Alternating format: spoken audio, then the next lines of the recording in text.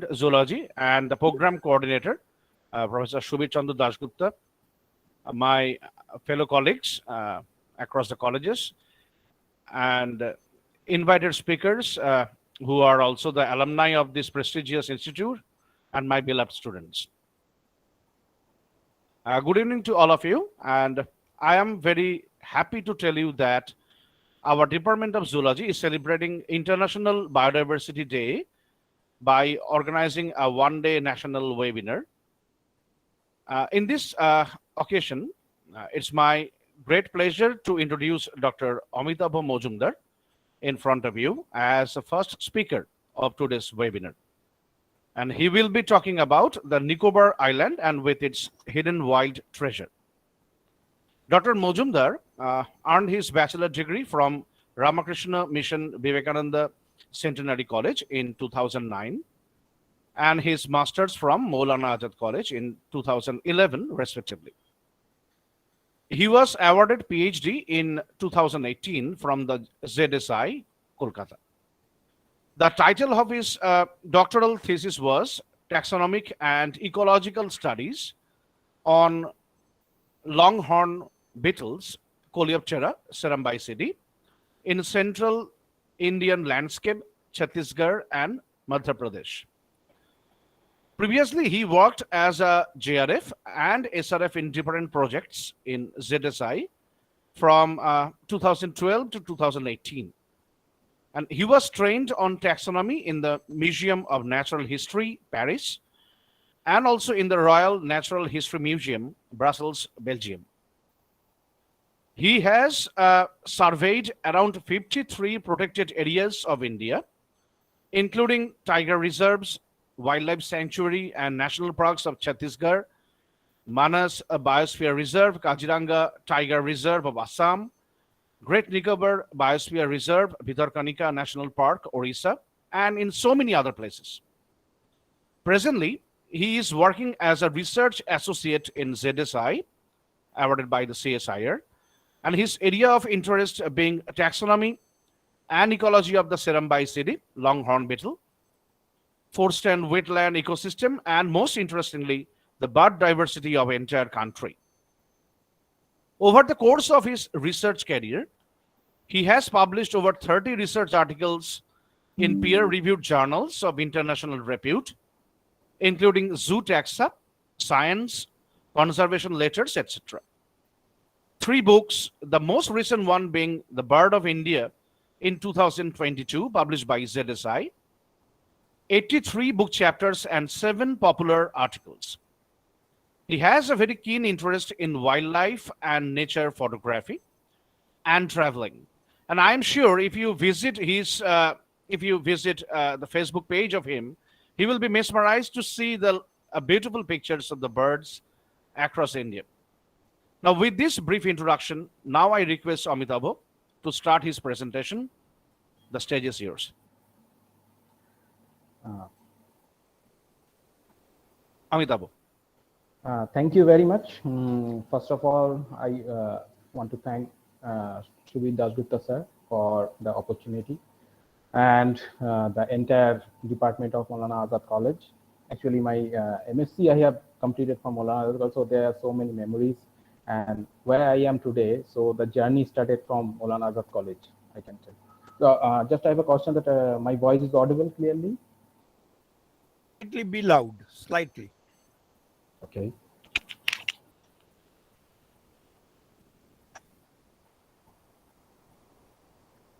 Yeah, it's no problem. Continue. Okay.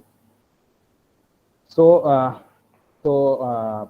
with this thing, so yeah, it's okay. It's clear now.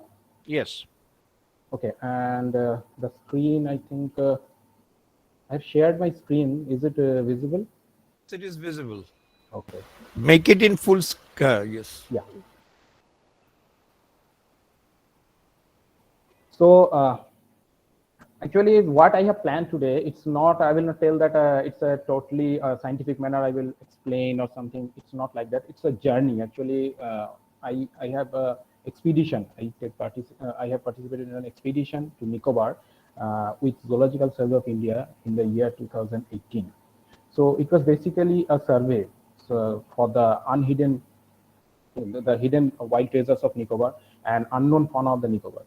So just I want to go flow with a story, what we have done there and what are the species we have collected and what are the interesting facts are there.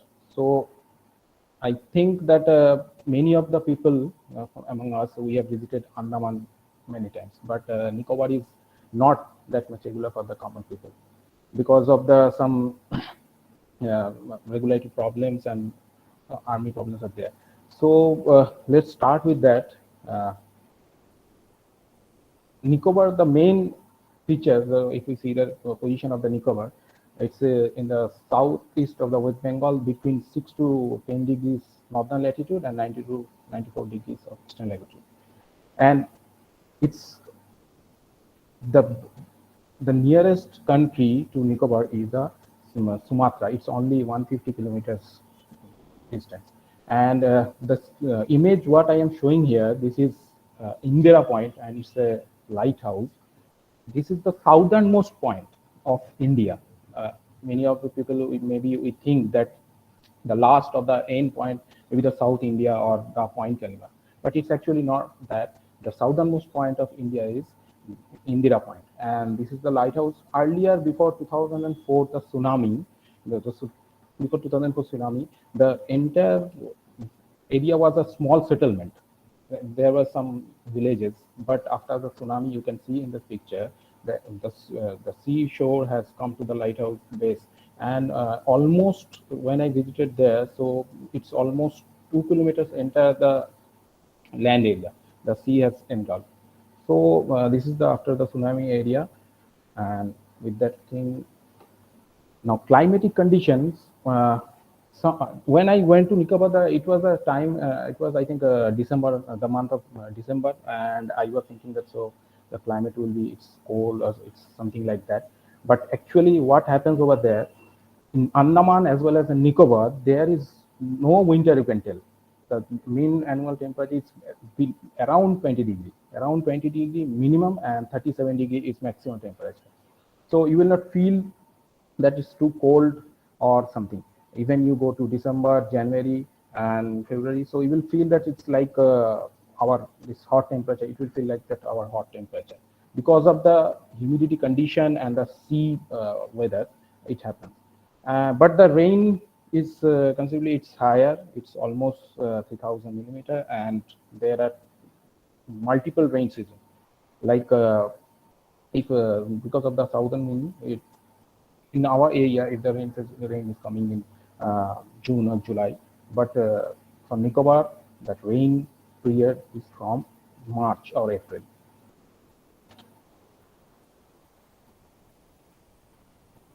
Okay, let's talk about the habitat. Maybe we think that it's a seashore area, so entire system maybe of only coastline areas and all, but it's not truly it's not like that. The forest type is mainly tropical forests are there, littoral forests are there, and some forests are there. Even some patches, there are some patches where you can see mangrove forests. So with different type of forests, the floral composition changes are huge. And with the floral composition, obviously the faunal composition changes a massive crowd. So with that thing, we are on that how to reach Nicobar. So some people is having some questions or they have some doubt that is it too close or too far from Andaman. So it's almost 1 day journey from Andaman if you go by ship. There are two mode of transport. One is by ship, another is by heli. But heli is not that common in that area. You can go by heli, but you have to book very earlier, and it's too costly. Around for one person, it's almost like 10,000 rupees, and you cannot carry more than 10 kilograms of weight. So it's always better to go by ship. But there is another problem to go by ship because there is no ship schedule from Andaman and Nicobar.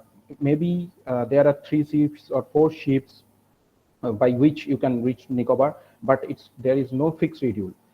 Sometimes So in my case, when I went there, we were there for 1.5 months. The expedition was for 1.5 months. So while we are returning, so we stayed there for another 1 week because there was no ship. So it's a bit uncertain to reach there because of this transport problem.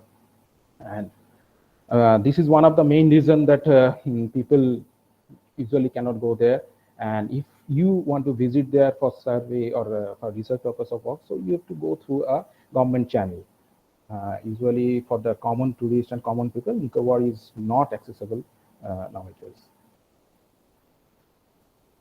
Now, for Nicobar, what are the protected areas? What are the significant areas in Nicobar?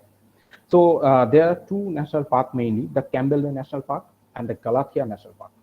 And it's under the UNESCO Biosphere Reserve, the Great Nicobar Biosphere Reserve. So Galathea National Park is mainly famous for some species, which I will discuss in my later slide, which I will show in my later slides. There are some very interesting species in Galathea National Park. And in Campbell Bay, it's an entire part of the Great Nicobar area. So the Campbell Bay National Park is expanded. And also I want to mention another thing that Nicobar is like Andaman. It's also a collectivity of the group of islands. There are several group of islands. So Great Nicobar is one of the island of that Nicobar group of islands. So here is some Forest Department boards that Galathea Wildlife Sanctuary. It's near to the sea coast only. And here is the Great Nicobar Biosphere Reserve board and with the habitat. Now, with coming to the species diversity. Actually, I am working mainly on the terrestrial animals, mainly the birds and insects, what already mentioned. But I want to mention some species diversity of the aquatic fauna also. But I am not an expert on this marine diversity. But when we are talking about Nicobar, so we should at least mention the species diversity of marine animals also. Obviously, the marine species, the corals and the fishes, it creates a beautiful scenic view. It's really fantastic to see with if you go for a scuba diving and all. So the total faunal diversity of Nicobar is total faunal diversity of world is 15,64,647, and in India, it's the total faunal diversity at present is 1,02,728. And in respect to that, Andaman Nicobar only is having 11,009 species, including the Protista and Animalia. And among 11,000, endemic faunal communities, almost 1,067 species.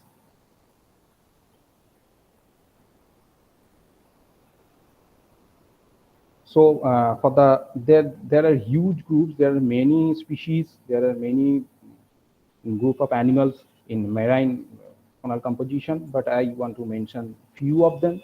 The total number of species in the corals, whatever we know as a corals, the skeleton corals is 550 species, and the octocorals are 277 species, which are known from Andaman and Nicobar.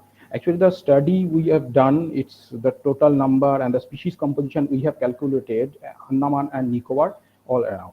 So there is, I don't have the separate data, so I am mentioning the whole, whatever data we are having, so I am mentioning it all together.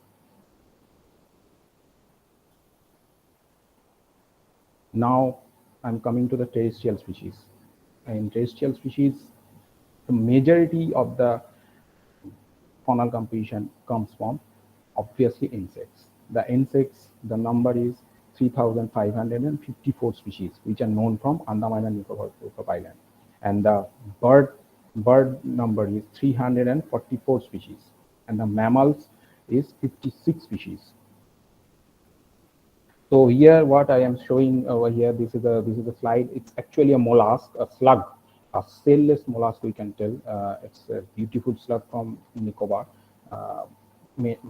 For the students who are watching this webinar, they maybe know that mollusk is having a shell out of their body, but there are some species of mollusk which doesn't have the shell. So these are the shell-less mollusks, and this is a terrestrial mollusk. So here is some another terrestrial and freshwater mollusk. And from Nicobar, the mollusk species is 153 species. Here there is another mollusk species. Now let's come to the arthropods. Here you can see that this is a moth actually. So how small it is. This photo has been taken during this expedition only. So in a fingertip, you can imagine that how small is it. This is a moth, the Lepidoptera group. So all we know that the Lepidoptera and the Coleoptera, these are the largest insect order group among all. So they contribute the major fauna of the total faunal diversity of the entire world. So we are starting with the Lepidoptera, and so in insects you can understand that how small it is. And now I am showing another arthropod. This is the largest arthropod of world, and it's known as the coconut crab. And it's entirely Southeast Asian countries. Its distribution is in entirely Southeast Asian countries. And in India, it's found in Andaman and Nicobar. The maximum size, it can be up to 16 inches, and the weight can be around 4 kgs. Actually, the name derives from the coconut crab because of this its feeding habit. It feeds on the coconut and coconut trees. So the name derived from it, the coconut crab. Now, what we did there. So it's a basic collection method we are doing. Usually there are several collection methods for the different group of insects, different group of animals. For snakes, there are different collection methods. For insects, there is different collection methods. And for mammals and birds, there are different collection methods. But for mammals and birds, usually we don't collect. We just take the photographs and raise them and take the measurement. But for few interesting specimens, like recently we have described a new species of mammal, a shrew species of mammal from Nicobar. So for those kind of species, we have to do the collections. So here we are doing the insect collection. This is a basic setup of light trap. Actually, what happens in the light trap, we usually use a mercury bulb, or sometimes we use UV light or different kind of specialized lights. We use the white sheet over there, and with the light, the insect get attracted and sit on the net. And after when it sit on the net, we can collect in the jars with some chemicals, like we use benzenes, we use acetone. This type of chemicals we use to neutralize the specimen. After collecting the specimen, we take it back to our regional centers or our headquarters in Zoological Survey of India. Then we process the specimens and go for the further identification. Now, butterflies and moths. So all maybe we know that for butterflies and moths usually are nocturnal species and butterfly are diurnal species. But the main distinguishing factors are in the antennae. In the right side of the image, you can see it's an antennae of a moth. It's like a comb-like structure. It's entirely a comb-like structure, you can clearly see. But for the butterflies, the antenna, it's long, slender, and a distinct bulbous formation on the tip. It has happened. So easily you can understand by seeing this structure. And another character for butterflies and moths, usually when the moth is sitting over there, so it spreads its wing. But for butterflies, it closes its wing in the upward position. But for some species of moths, they are not that common in only for night. Some species of moths are there which are diurnal also, like we can see in daytime they're feeding on the flowers, but there are very few. Majority of the species of moths, they are nocturnal species. So here is some group representative of the moths.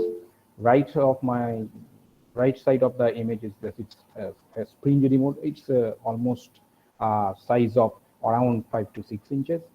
And in the left side, it's, you can see it's very interesting. It's looking like a spider. So we call it a spider moth.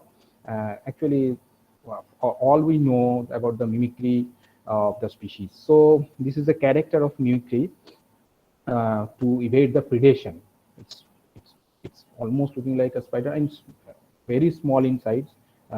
It's like 10 millimeter in size, and the middle of this is the tiniest. So what we have collected. So almost we have collected from Nicobar, it's around 20,000 specimens of moth. So the total number of Lepidoptera, moths and butterflies is 1,097 species which are known from Andaman and Nicobar. Now another large group which is beetle. So the image I am showing over here, it's a longhorn beetle. This is my PhD topic actually. I worked on this beetle, and this image is a new species. I have described this as a new species in 2020. So total number of beetles from Nicobar, Andaman and Nicobar Islands is 936 species. And this species I have described. So I just want to mention the story of how we have described that species and all for those students which who have participated in this webinar and who are listening to me. So there is a certain process to describing a species. Before going Nicobar, so I worked entire genus. It's the genus of this species is called Sarmaidus, and this is a longhorn beetle. They are wood-boring beetle. Their life cycle undergoes inside a tree, that may be a live tree or almost dead tree. The life cycle undergoes in this. Almost 6 inches deep on the hard wood, they lay the eggs, and the life cycle undergoes in this wood. So after collecting that beetle, we knew that there may be something new we can get. So here is a comparison slide.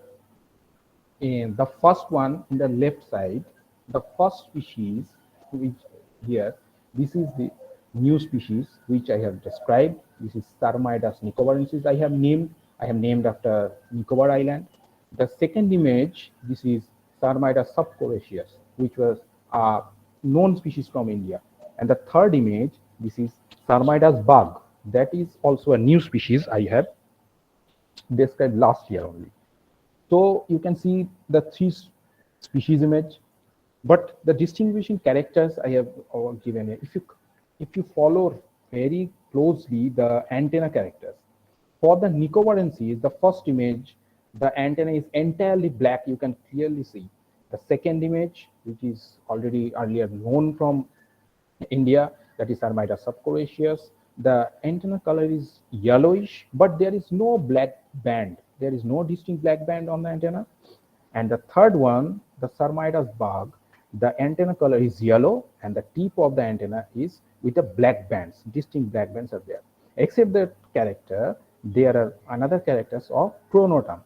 If we closely see the pronotum for the Nicobarensis, there are small dots on the pronotum, but for subcoraceus, its punctures are there. It's not like rounded structures.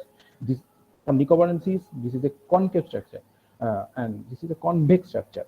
And for this elytra character is also different. The color is different, and the venations on the elytra, that is also different. So when we went to Nicobar, I started working on the Sarmaidus, this genus. This work I started in the Belgium Natural History Museum. So I examined a series of specimens over there, and with my colleague Alain Dumont in the museum. So we saw that there are some species distributed in this genus Sarmaidus from Sumatra, Borneo, and the subcoraceus. This is distributed only from Uttarakhand area. There is a huge middle gap. There is no species. So when speciation occurs, maybe million years ago, so it cannot be that there may be a huge gap. So there is something which can link those areas and the different species that which was found in Sumatra, Borneo, and all, and the species which is found in Uttarakhand. So there must be a species. We are discussing over there earlier when I was in the Belgium Museum. So with that hope, we went to Nicobar and I searched for the specimens and all. So finally I got them. Yes, it's a new species. So we described, and except this morphological characters, there are some other methodology on which we make it very sure or confirm that yes, it's distinctly different from the known species. So here is a genitalia. The left one is the Sarmidas nicobarensis and the right one is Sarmidas bug. So if you clearly see these parameal lobes, these the top lobes, here these parameers are very closely to one another. But for Sarmidas nicobarensis, this paramere is separated from one another. And the median lobe here, this is distinctly pointed and much longer than the Sarmidas nicobarensis. And you can clearly imagine that this size is, this is 1 mm, this is 500 mm, this magnification we have taken. So how small the genital part will be, but we have to do, for confirmation, we have to do the dissect the genital parts also, and we recheck. And after, if the genital, after doing the genitalia study, if there is some confusion, then we go for the molecular techniques. So in this way, we have described for and those students were just listening to them. But when we are describing a species, we go through the literature. Then first we determine that this is this genus. Suppose we determine, okay, this species is matching with the Sarmidas genus.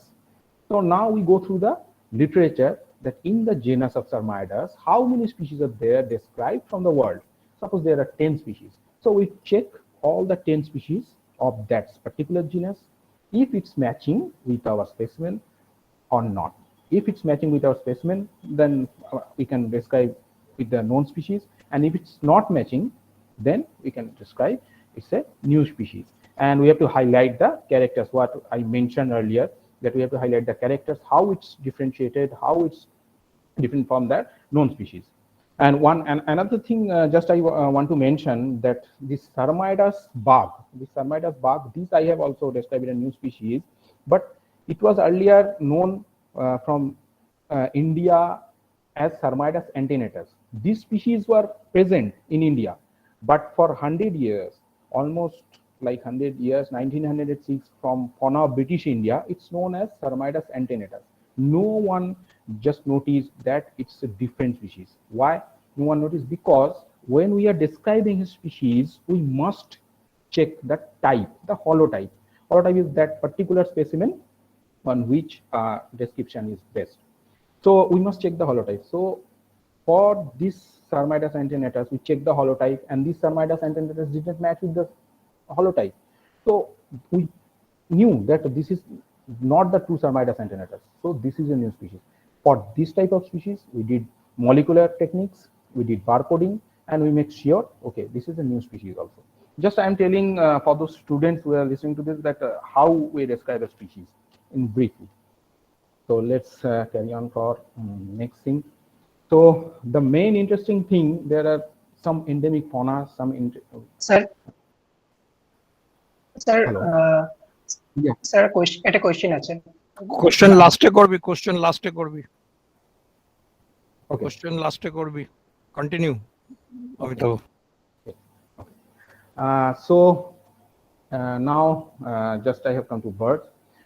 339 species are on Andaman Nicobar Island. It's avifauna is 339 species, and 28 endemic species.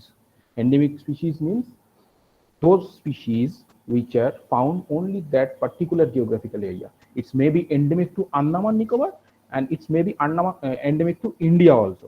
So if it's found only in Andaman Nicobar, then we'll call it endemic species of Andaman Nicobar. And if it's only found in India, then we'll tell it endemic to India.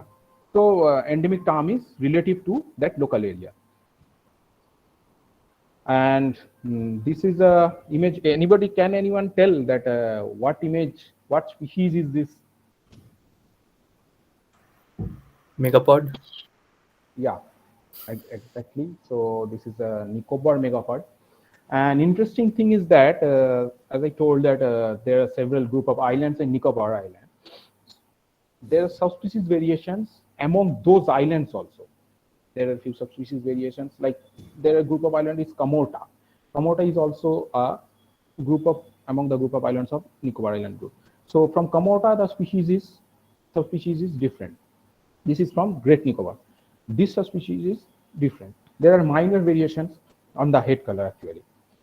And why it's so important? It's in the threatened category, obviously.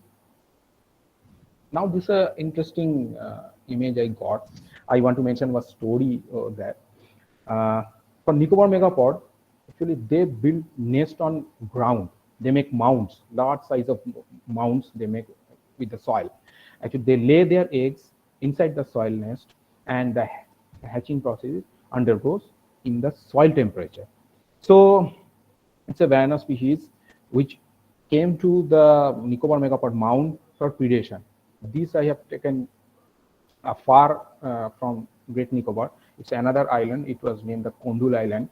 So I went there. So we spotted a nest. We spotted a nest. How we get the idea that the nest is there or not? There are several mounds.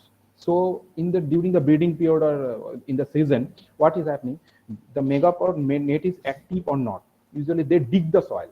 So if we go to the nest area, so we can just inspect that area. If is there any sign of digging and the soil is entirely it's a continuous area, or there are some small holes, or the soil is soft or what. So we inspect all the area. So I went there, this island, Kondul Island. We went there around 4 o'clock in the evening. So, and for I want to mention one thing also, that when we are walking in different islands of Nicobar, there is no jetty, or so you have to go by small kind of boats, and you have to jump in the water, and you have to go by as your own. Of course, we have some field assistance. So, and it's highly dependent on the low tide and high tide. So when we went to the nest, it's a low tide time. We went there. We made a hide with the coconut leaf. We made a hide, and we planned that okay, early morning will come and we'll sit there, and maybe we'll get a good shots.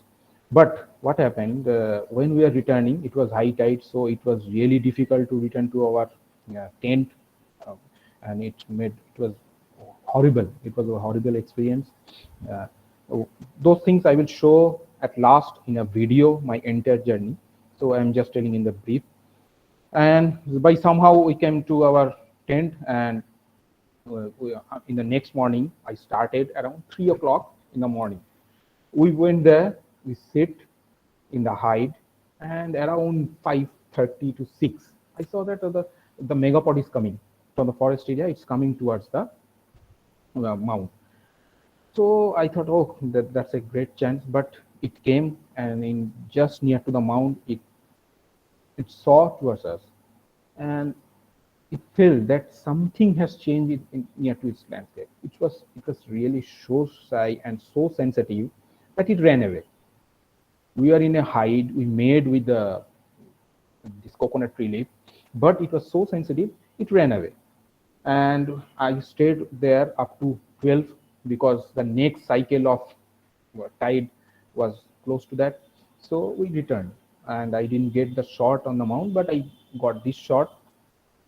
This Varanus, it came for the predation, and it was also digging if the egg is there inside the soil. This image is not by me, it's by Gitimanda. So it's that this image is from that same area, same island. So I asked Gitimanda how many days you took for this. This is for he took for 7 days almost. So you can see, for the references, I am using this image. You can see just with the legs how it's touching the soil. So it's preparing the nest for egg laying. Now this image is from this Galathea area. Already I mentioned this Galathea is an important sanctuary, and it's an important site. I will tell later that why. At night, when we are walking in Galathea area, at night we return to our camp in Galathea, and we heard that some bird sound is coming. So at the time I was not really aware that this call is from Nicobar megapod or what. So the fellow, there were some local people, some forest guards were there. They told, oh, this Nicobar megapod is it's calling. So I went there, and you can see clearly it's roosting on the tree. Their habit is to roost at night on the trees. It's an interesting photo. Maybe very less photos are there during their nest roosting time. Majority of the photo you will get, especially in Nicobar megapod, is so rare to see, and you will get mainly in the mounds. You will get, but at night they roost on trees. It's really rare to see. Now this is another species. This is olive-backed sunbird. The main key species I am actually showing here. There are several things to discuss with that. Because of the time limitations, we cannot discuss a lot of things. So just a majority of the species I am discussing here. So this is olive-backed sunbird. It's like its size almost like our this purple sunbird, but it's also found in Southeast Asian regions also.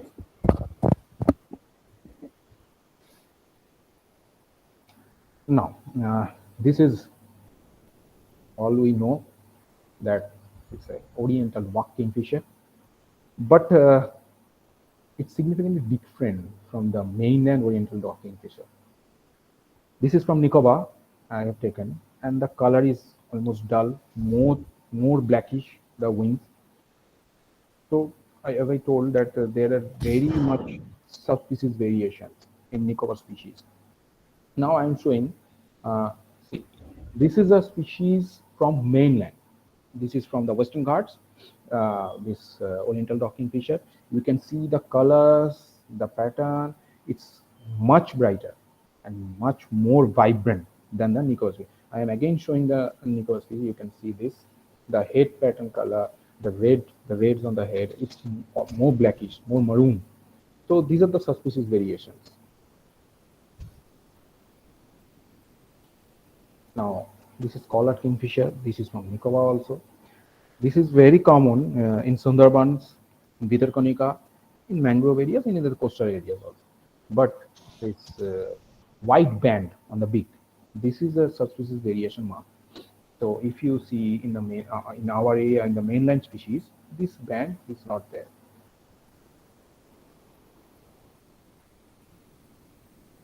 Now this is another endemic to Nicobar's owl.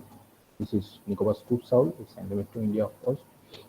It's the main character differences from the mainland scoop owl is on the color, on the ear tufts, and the head pattern. This is also scoop owl. You can see this is from Andaman. Both the scoop owls, you can clearly visible that it's significantly different. There are more scoop owl species from mainland also. This scoop owl actually is from Andaman, and this is a subspecies variation of mainland scoop owl. But this Nicobar scoop owl, it's a different species, not a subspecies.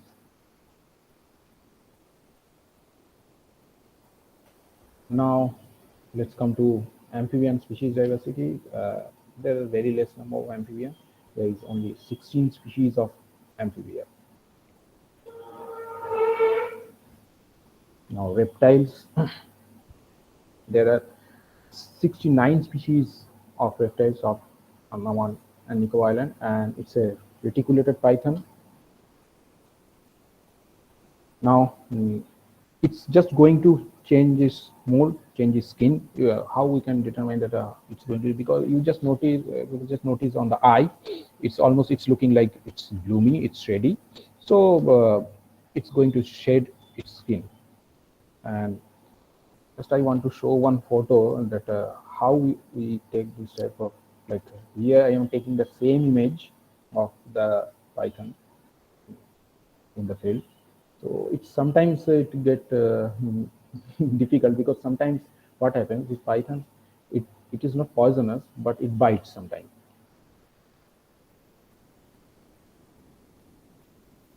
Now I was telling that why Galathea is so important. This is our team members. This is around 12 o'clock at night. It was raining heavily, and we are for something. We after something. We went from with a small boat from the Galathea mainland. There is a small water channel, and there are some freshwater channels also in Nicobar Island, so which are connected in the main channel. So through this freshwater channel, we are going from Galathea Island to a small island for a very significant species. Here it is. This is leatherback turtle. You can see. So with that image, you can clearly imagine how big it is. What is the size of this fish? So the body weight is almost near about 700 kg. It can reach maximum. So we went there for this turtle species, and in India and in the entire world, Galathea sea beach is one of the major and significant breeding ground of these species. But our India government, they have taken a project to develop a port in Galathea area. And if this project happens, so of course the entire beach will go, and this nesting ground, of course, it will suffer. So I think our government of India should think before this kind of project. This you can see what a beautiful species it is. Except this species, there are now what work actually we are doing after they lay the eggs. We are collecting the eggs. Why we are collecting? That I will show in my video. There is some predation. It happens there, mainly the wild pigs and dogs. In Nicobar, there is no big predators, so there are wild pigs and dogs. After laying the eggs only, the dogs and pigs, they come there and just dug the nest and take out the eggs and feed on them. So in that way, we are losing maximum number of eggs. So with the forest department help, we are collecting the eggs and we are transferring it in a fenced area. We are transferring it to the fenced area for a successful breeding. Now, except this one, this is a hawksbill turtle. It's also a threatened species. This is also from Galathea area. It's actually in between the Galathea and Indira Point. This is also a significantly important species, and this nesting ground is one of the important nesting ground for this species also. This is olive-bellied turtle. This species is also common there, but the mass nestings, whatever the numbers and mass nestings we usually see in Odisha coast, that number doesn't come there. But Galathea is mainly significant for that leatherback turtle also. Now, after returning from the field, this is our base camp. Usually, just a small hut. It's like. So after returning from the field in the early morning, these are my for field days actually.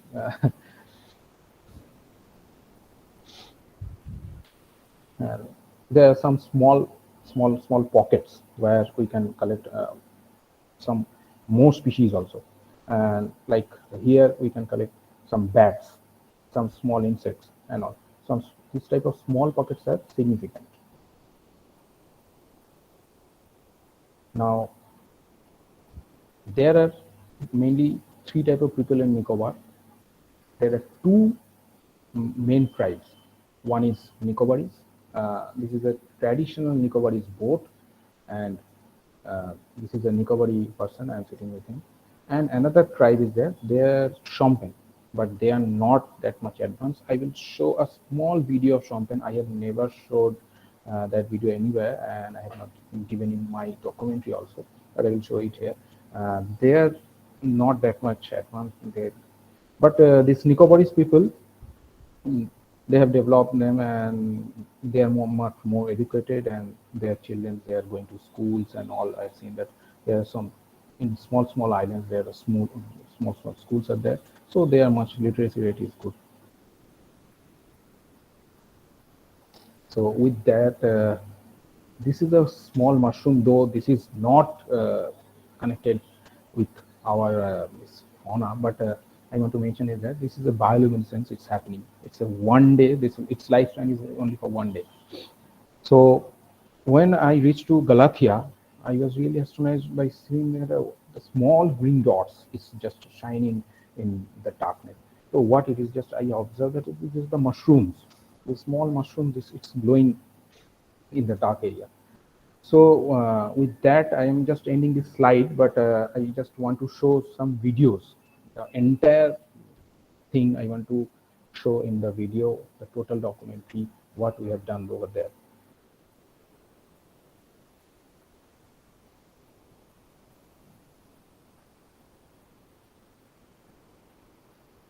Now first,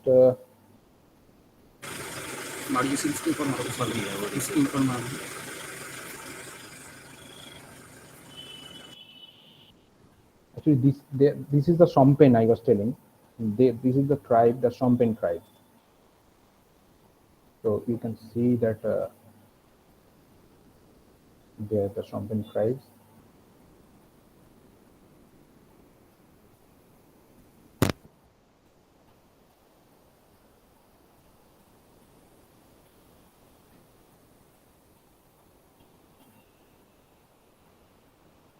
And now I want to show the entire video of Great Nicobar.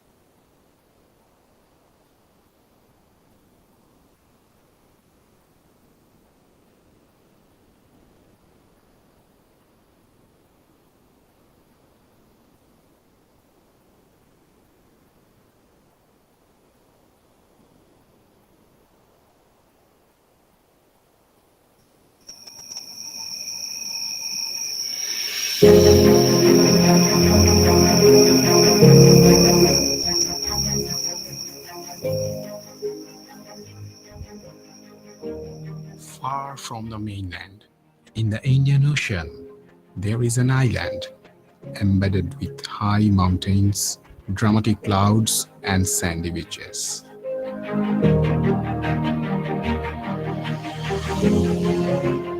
Lush green forests drench in rain.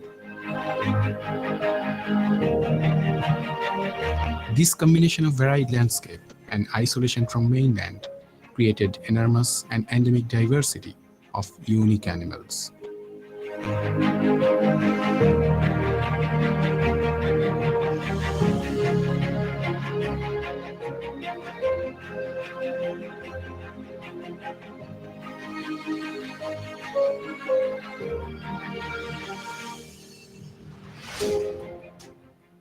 During 1990s, the first expedition was done by Zoological Survey of India to unfold the mysteries of this island. This is the land of the indigenous people, known as the land of naked.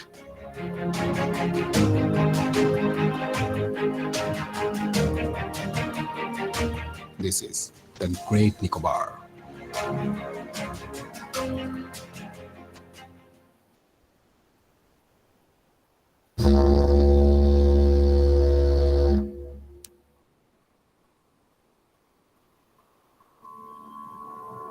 Nicobar group of islands is situated south of Andaman and north of Sumatra. The scientists of ZSI focused their survey on the Great Nicobar Island in 5 localities. On the southern side, Galathea; on the eastern, Nevidera; Great Nicobar Biosphere Reserve at the center, Afra Bay to the north, and the southernmost point of India, the Pygmalion Point or the Indira Point. Nicobar is always magical. The untamed evergreen rainforests, the pristine beaches, and the wild treasures.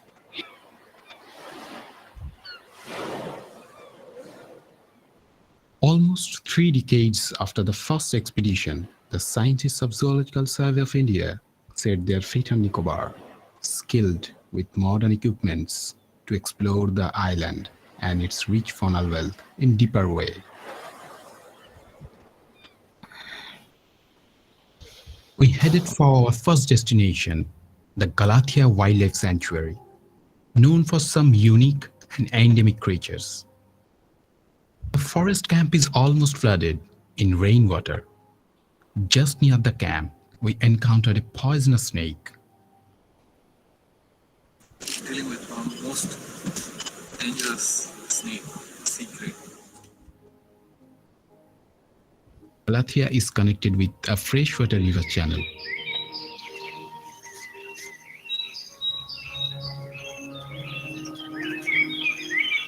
Just beside the river, there is a cave, a home of a bat, Nicobar leaf-nosed bat. This nocturnal species lives in groups, in shaded areas, mainly in caves or dens, and communicate through echolocation. Sun goes down, darkness envelops the island. The team, amidst low tide, head towards the beach to witness one of the rarest and unique creatures on Earth.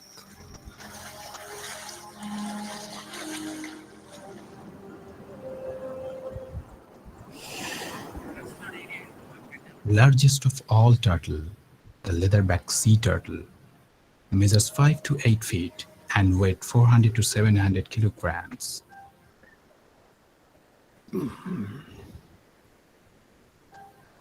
Galathea is one of the important nesting grounds of leatherback turtle in the world. In a single night, 10 to 15 turtles have been seen coming to the beach to lay eggs. The turtles return to their world in the deep sea, leaving behind the fate of its unborn offsprings and a trail of flipper marks.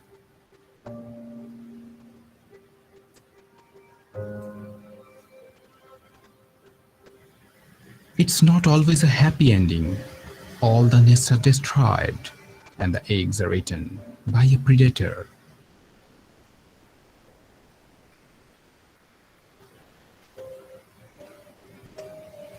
A Nicobar wild pig.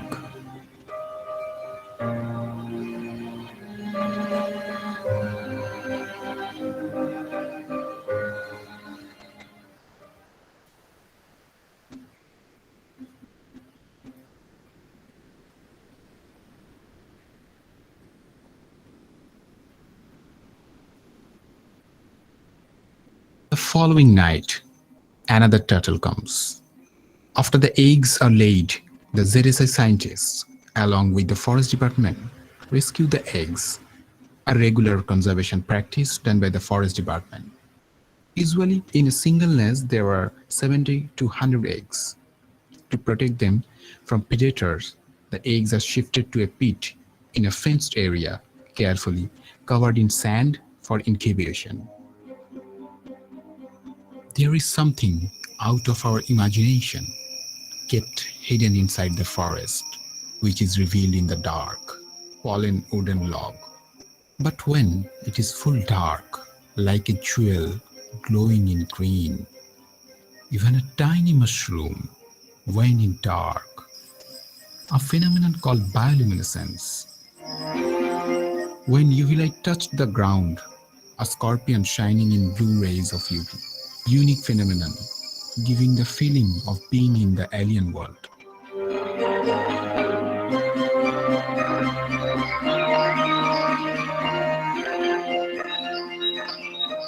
Now we are in Nevidera, a habitat with typical tropical rainforest, hidden with deep forest species. Tree holes and crevices are home of geckos and lizards. On close inspection, we found a gecko.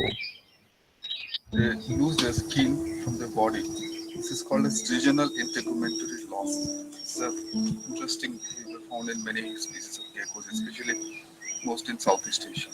There are some other geckos which lose their skin on the forehead, but this has behavior and they immediately regenerate the skin also. As the team proceeded deeper in the forest, we encountered a Nicobar tree snake.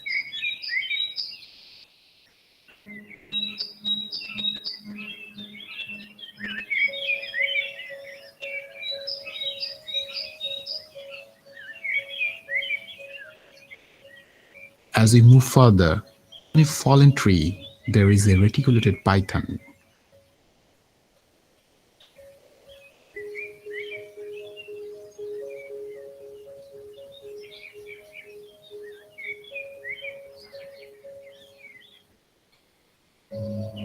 A Daniel's forest lizard. This lizard changes its body color according to the surrounding habitat. Dead and rotting logs are habitat of many small creatures. Closer observation, we came across a scorpion carrying its young ones on its back. Behavior called parental care, seen in many scorpions. The fallen logs provide shelter for small creatures. This microhabitat is a home of many insects. A larvae of a bees beetle, the Passalidae, which live in the rotten log and undergoes its life cycle up to the adult stage. Soil is also home to one of the important eusocial insects, the termites. They build their nest with the soil and fecal matter. But there are other group of termites, the open-air foragers. They doesn't build nests, they are forest dwellers.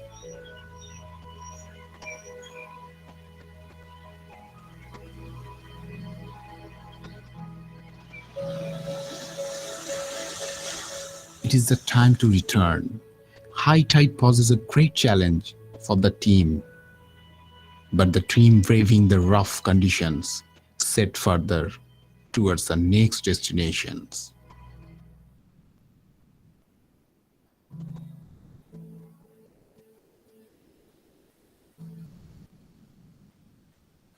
Nicobar is influenced with sudden, unpredictable rain, lightning, and thundering. Here at the Great Nicobar Biosphere Reserve, a pair of white-bellied sea eagle headed high on the top branch of the dead tree. A pair of pied imperial pigeon is seen cleaning its feathers.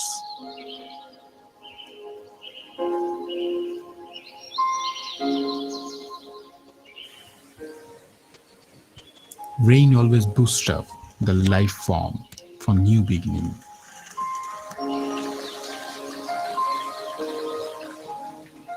The tiny shelled creature, the mollusk. They get active for proliferation of life. We are here for something very rare and unique. We enter deeper into the forest. On the ground, in the leaf litters, there are many parasitic hirudines, which pose difficulties for the team, the leeches.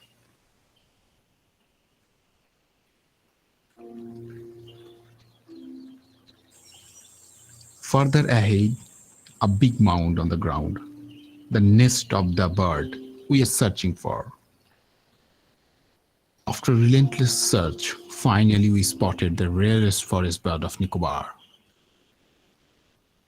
the Nicobar megapod.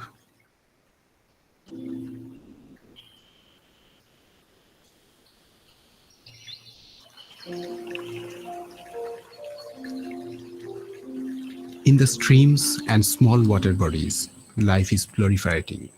A carnivorous insect of hemipteran group, the water striders, also known as aquatic bug.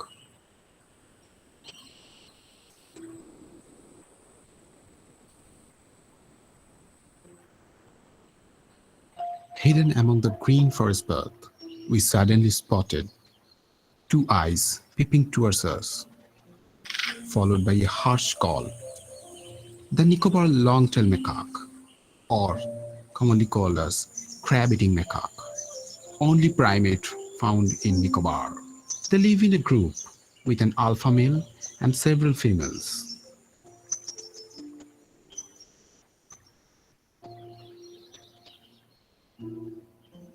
On the other part of the forest, another group of ZSA scientists are busy understanding the diverse world of insects. Collection of insect samples is essential for its taxonomic identification. Sweeping and netting are the best process of insect collection.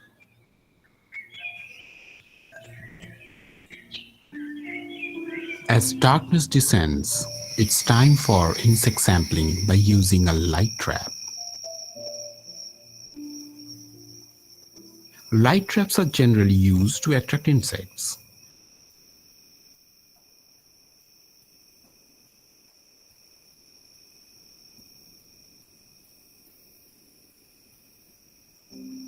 Then, representative samples are collected and preserved for further scientific studies.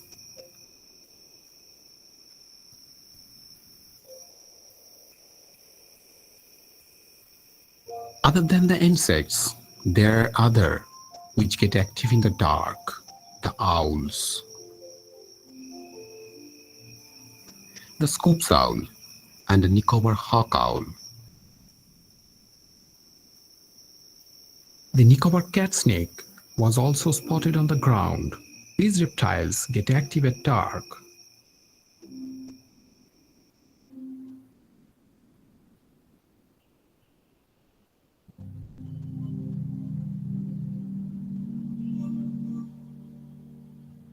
As time flies, we came to our next destination, the northernmost point of Great Nicobar, Afra Bay. It is a village inhabited by indigenous tribe, the Nicobaris. A traditional Nicobarese hut is made of wooden logs and leaves. They harvest rainwater as sweetwater source. The small, slender boats are designed as engineering marbles. A traditional Nicobarese boat. Nicobaris are fishermen and said to be the men of the seas. Their livelihood is chiefly dependent on sea fishes.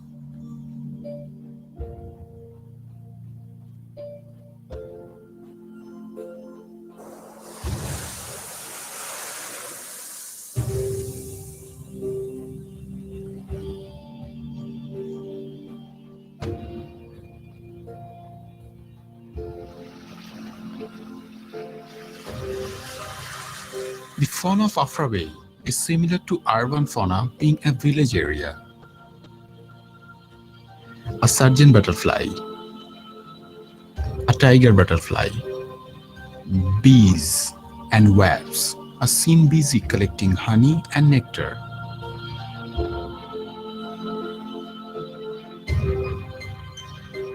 A crimson sunbird, an olive-back sunbird on a hibiscus tree.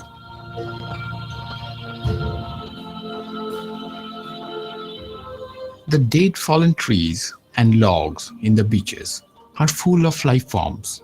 On closer examination, we came across different types of webs, the spider webs. From the extreme north, the team set sailing for its next and last destination, the southernmost point of Indian territory, the Pygmalion Point, also known as Indira Point. The base of the lighthouse is now covered with seawater.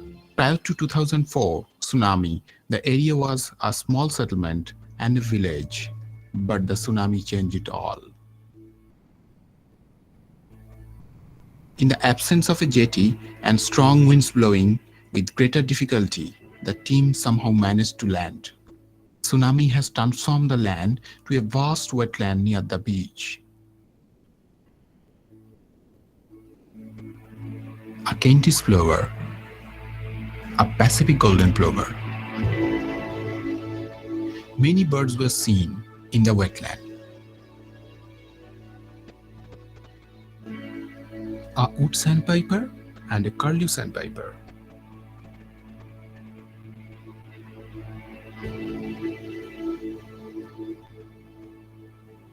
As we move further, another surprise was there. A critically endangered species, a hawksbill turtle.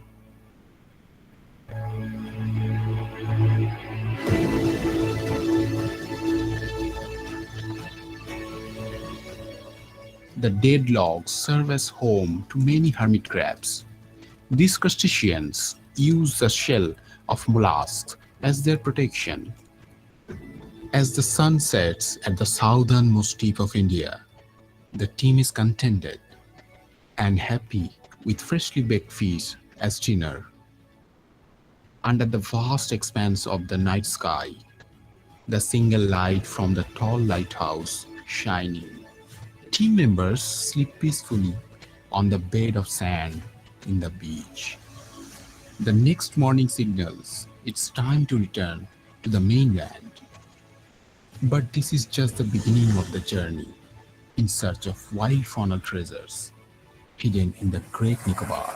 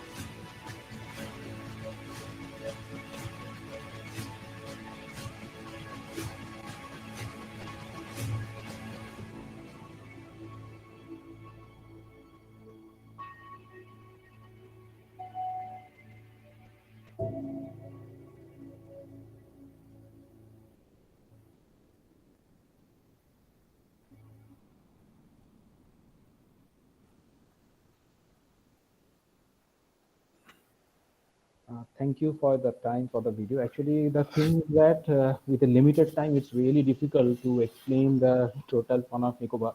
So I have tried a small bit in the presentation, and I just tried to show the journey through my video. Actually, sir gave me 45 minutes, so it's almost I am crossing the limited time.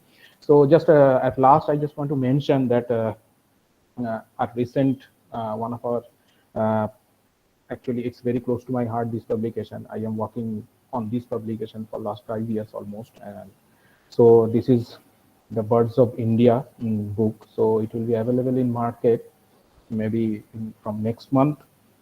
This is containing the total Indian birds. There are almost 1,332 species found in India.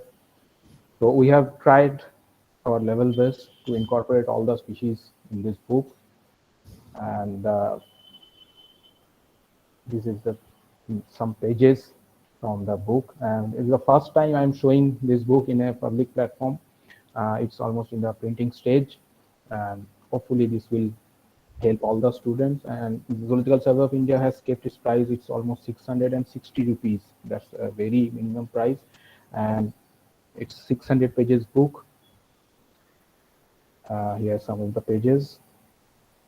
Main feature what we have tried here, that we have given the key pointers, like what the similar species. For similar species, we feel difficulties to identify in the fields.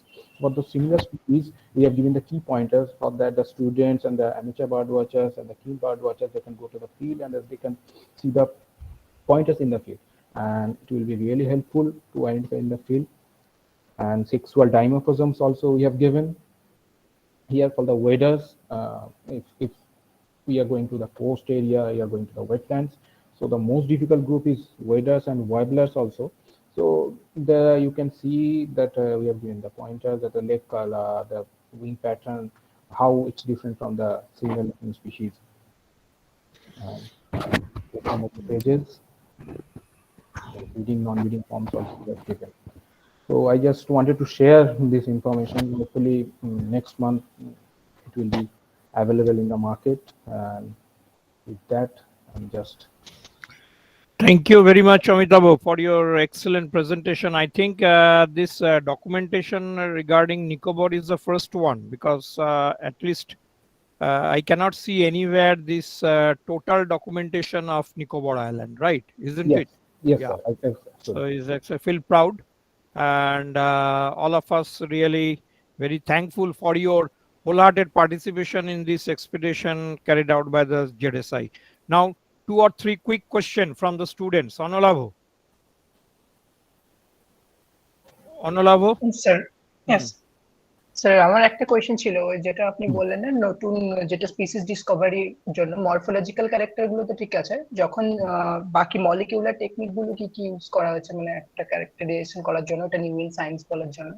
হ্যাঁ, usually আমি personally খুব বেশি molecular স্টাডিজে believe করি না। কেন সেটা আমি বলছি।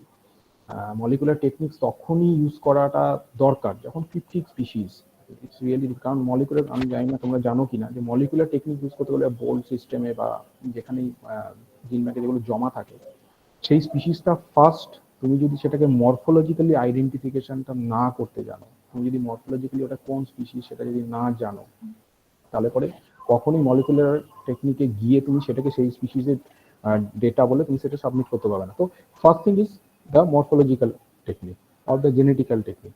তো আমি সবসময় প্রেফার করি যে মরফোলজিক্যাল আইডেন্টিফিকেশন। এবার কিছু স্পিসিসে যখন তোমাকে স্পিসিস স্টাবলিশমেন্টের জন্য তখন ওটা দরকার হয়, এবং তখন সেক্ষেত্রে আমরা ডিএনএ বারকোডিং করি ইউজুয়ালি। এবং বারকোডিংটাও ভীষণ সিম্পল প্রসেস। ইউজুয়ালি করা হয় যে আমরা যে কোনো বডি পার্টস নিয়ে সেটা সিকোয়েন্সিং করে, এবং ইউজুয়ালি সিকোয়েন্সিংটা যে কোনো বাইরের ল্যাব থেকে সেটাকে করিয়ে আমাদের মরফোলজি যে ট্রি হয়, যেটা সেই ট্রিতে কতটা রিলেটেডনেস, সেই রিলেটেডনেসটাকে মেজার করা। স্যার, মানে যদি একটা নতুন স্পিসিস আপনি পাচ্ছেন, এবার সেটা মনে হচ্ছে কি নিউমেন সায়েন্স, কিন্তু ওটা মানে কতগুলো হলে এরকম বলতে পারবেন? হয়তো একটা পেলেন আপনি, মানে দুটো একই রকম স্পিসিস, কিন্তু আপনি একটা নতুন পেয়েছেন, ওর মধ্যে দেখে মনে হচ্ছে এটা নতুন হতে পারে। তো সেই একটাকে নিয়ে কি কাজ করবেন, না ওরকম আরো অনেকগুলো পেতে হবে যার ফলে আপনি বলতে পারবেন যে এটা একটা নতুন স্পিসিস, এরকম কিছু ব্যাপার? হ্যাঁ, নিশ্চয়ই আছে। এটা ডিপেন্ড করে, ডিপেন্ডিং অন দ্য জার্নাল। তুমি যদি গুড জার্নালে পাবলিশন করতে তখন একটা স্পেসিমেনে, কারণ স্পিসিস মানে কি, সেটা হচ্ছে পপুলেশনের representative, representative the population. So a single individual cannot represent a population, তুমি এটা বলতে পারো না। সো এমন হতে পারে, ইভেন আমি এরকম স্পেসিমেন দেখেছি, একটা সিঙ্গেল ইন্ডিভিজুয়াল, তার body part half male half female, single beetle, half male and half female body part. তো এবার যদি তুমি না জানো, সেটা দেখলে তো তোমার মনে হবে যে আরে এটা তো নতুন একটা স্পিসিস হতে পারে। তো দ্যাটস নট আ, যে পপুলেশনকে রিপ্রেজেন্ট করছে না, কিন্তু ওটা কিন্তু নিউ স্পিসিস নয়। তো সেই জন্য অবভিয়াসলি মাল্টিপল নাম্বার অফ এক্সাম্পলসটা জরুরি, অ্যাটলিস্ট তিনটে কি চারটে, অ্যাটলিস্ট দুটো মিনিমাম অবশ্যই দরকার। তাহলে তুমি শিওরলি বলতে পারো যে এটা পপুলেশনকে এটা রিপ্রেজেন্ট করছে। Okay sir, thank you. Any other quick, another question? Sir, I have a question. Can I ask? Yeah. Yeah, sure. Oh, Amitabh দা। দেবাঞ্জন। হ্যাঁ স্যার। কেমন আছিস? কেমন আছিস? ভালো স্যার, ভালো আছি, Uh, সব ভালো। হ্যাঁ, it's a great alumni, হ্যাঁ অমিতাভ? Yes. দেবাঞ্জন কোথায় আছিস জানো এখন? স্যার নরউইচে এসেছে স্যার 3 মান্থের জন্য পিএইচডি কাজ আছে। Very good, great. Next speaker, get ready. হ্যাঁ, ঠিক আছে, কর। অমিতাভ দা, একটা কোয়েশ্চেন আছে যে you mentioned about there is 11 species of frog in Nicobar, right? It's a quite a low number. 90, And how many of them are endemic actually? Endemic total নাম্বারটা I am not sure about that, কারণ কি আমার তো frogs আমার specialisation নয়, তো সেহেতু I am not sure. কিন্তু ইফ ইউ নিড আমি তোকে আলাদা করে জানিয়ে দেবো। হ্যাঁ, ঠিক আছে। আর আরেকটা ফ্রগে আমি একটু বলতে চাই, ফ্রগ এন্ড রেপটাইলস, এখানে কমপ্লেক্সটা খুব বেশি। তুই ভালো করে জানি, যেমন সিটা স্পেশালি রেপটাইলস বা এগুলোতে সেটানাতে প্রচুর কমপ্লেক্স, মানে যারা কি হার্বস নিয়ে কাজ করে তারা লট অফ কমপ্লেক্স। তো এবং সেখানটায় এন্ডেমিজমটা বলা আমি জানি না, কিন্তু আমার মনে হয় কিছু সাবস্পিসিস হবে বা কিছু হবে, I will let you know, আমি চেক করে নেবো। ঠিক আছে, থ্যাংক ইউ অমিতাভ। আরেকটা আছে দেবাঞ্জন। স্যার আরেকটা লাস্ট কোয়েশ্চেন ছিল যে what are the key threads, মানে স্লাইডে খুব একটা থ্রেডস এর ব্যাপারে মেনশন করা নেই, ওর জন্য ইন্টারেস্টিং লাগলো যে নিকোবর তো একটা স্মল আইল্যান্ড, আন্দামানে যেমন ইনভেসিভ স্পিসিস প্রচুর আছে, ক্লাইমেট চেঞ্জের প্রচুর থ্রেট হচ্ছে, নিকোবর আইল্যান্ডস এর থ্রেট কি কি? নিকোবর আইল্যান্ডসে যেটা আমরা মানে ওখানটা এখন দেখেছি, মানে after tsunami there is a huge change. Even মানে আমি সিম্পল একটা জিনিস বলি যে নিকোবর আইল্যান্ডে সুনামির পরে ফ্রেশ ওয়াটার চ্যানেলগুলো থেকে all the wetland filled with crocodile, মানে যেগুলো ক্রোকোডাইলের প্রবলেমটা মানে খুবই বেড়ে গেছে। আমি কয়েকটা ওয়েটল্যান্ড যেগুলো দেখিয়েছি। এবার irrespective of the threat, স্যালিনিটির threat তো হয়েছেই, কারণ সি ওয়াটার অনেকটাই মানে ওটা ওখানে গেলে পরে ওটা দেখলে বোঝা যাবে যে কত কিলোমিটার ভিতরে সি ওয়াটারটা ঢুকে গেছে। তো যে ইকোলজিক্যাল ব্যালেন্সে যদি আমি বলি, তো স্যালিনিটি মেজর রোল, এবং স্যালিনিটির কম্পোজিশন চেঞ্জ হলে তো ওখানকার ভেজিটেশন চেঞ্জ হবে, সাকসেশন লেভেলেও চেঞ্জ হবে অবভিয়াসলি। আর প্রিডেটর বা স্পিসিস কম্পোজিশনে চেঞ্জ বলতে যেমন ওয়েটল্যান্ডগুলোতে যেটা কিছু ওয়েটল্যান্ড একটা ভালো জিনিস যেটা হচ্ছে, যেরকম আমি ইন্দিরা পয়েন্টে দেখেছি যে সবসময় ক্যালামিটিস যে খারাপই হয় সেরকম না, কিছু ওয়েটল্যান্ডস ওখানটা ক্রিয়েট হয়েছে নতুন করে, যে জল কিছু ঢুকেছিল বা সেই জলগুলো ঢুকে সেগুলো বেরিয়ে যাবে, লকড হয়ে গেছে।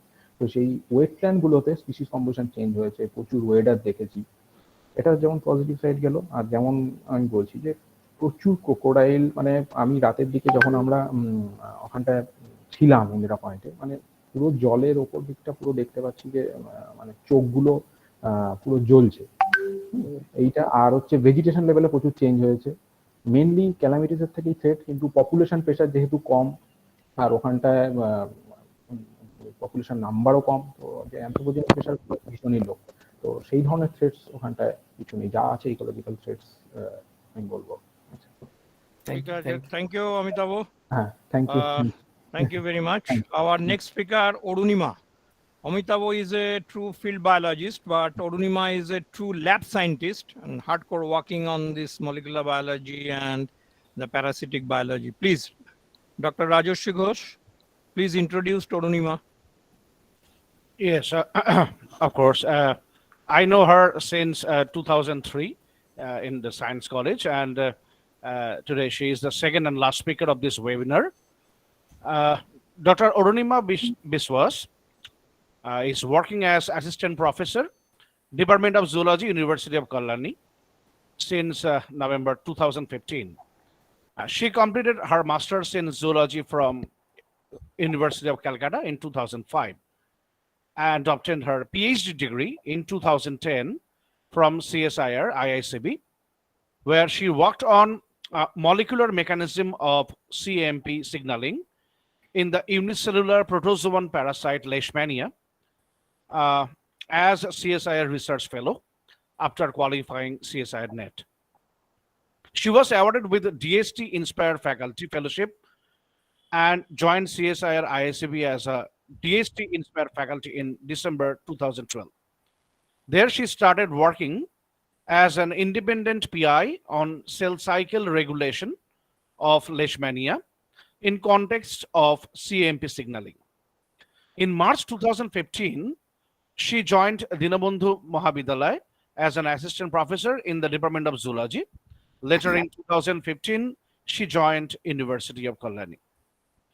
Orunima has publications in renowned international journals like Free Radical Biology and Medicine, Journal of Immunology, European Journal of Immunology, Frontiers in Pharmacology, Journal of Biological Chemistry, and International Journal of Biochemistry and Cell Biology, which are of high impact factors. All of this. Though she is working on role of cyclic nucleotide signaling in the cell cycle regulation of a protozoan parasite, Leishmania, her recent research interest also includes understanding the role of cyclic nucleotide signaling in cancer stem cells and targeting cancer stem cells with cyclic nucleotide dependent phosphodiesterase inhibitors. She has collaborations with the University of Calcutta, IIT Guwahati, NIT Durgapur, and Adamas University, Kolkata. She has bagged many prestigious awards. To name a few, the Young Scientist Presentation Award in Translational Cancer Research in 2020, the International Congress of the Cell Biology Travel Award for attending 12th ICCB meet in Prague in 2016, and American Society of Biochemistry and Cell Biology Travel Award for attending ASBMB meeting in Boston, USA, April 2015. She has presently initiated a West Bengal DBT-sponsored major project to address cancer stem cell signaling. One research scholar has been awarded already, and 4 students are doing PhD under her supervision. So congratulations, Orunima, for your excellent research work, and we are feeling proud of you. Today, she will deliver a lecture on the following topic: the tale of mastering macrophage environment through the control of CMP homeostasis by the protozoan parasite Leishmania. I'll now request her to start lecture. Over to you, Arunima. Thank you, Rajoshida, and a very good evening to all of you. I am very, very thankful to Maulana Azad College Department of Zoology for making me what I am today, and also giving me the opportunity to speak on today's webinar. And special thanks goes to my teacher and also your teacher present over here, Professor Shubichandra Dasgupta. We still love him and call him SDG sir. He is our beloved SDG sir. Very special thanks to him. And I must say one thing before I start, that Maulana is a place where I keep going back. And I always love bonding with Maulana, go there for presentations, go there for taking examinations. It's a pleasure to be an alumnus of Department of Zoology, Maulana Azad College. I was there from 2000 to 2003. That time, this department was a very new one. We hardly had any classrooms, but still the inspiration of all the teachers who used to taught us actually made me what I am today. So with this, I'll start. Before I start, let me just ask you, can you see my presentation? Not yet, but sometime it appears in the screen. Okay, fine. I'm doing it.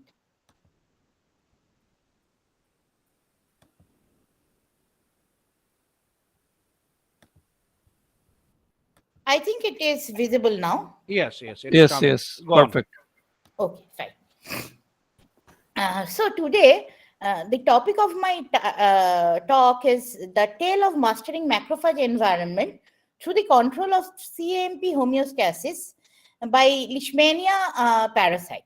Now, you must be thinking that why I am talking about a parasite on this day when we are actually celebrating the International Day of Biological Diversity. Now, so biological diversity includes parasite.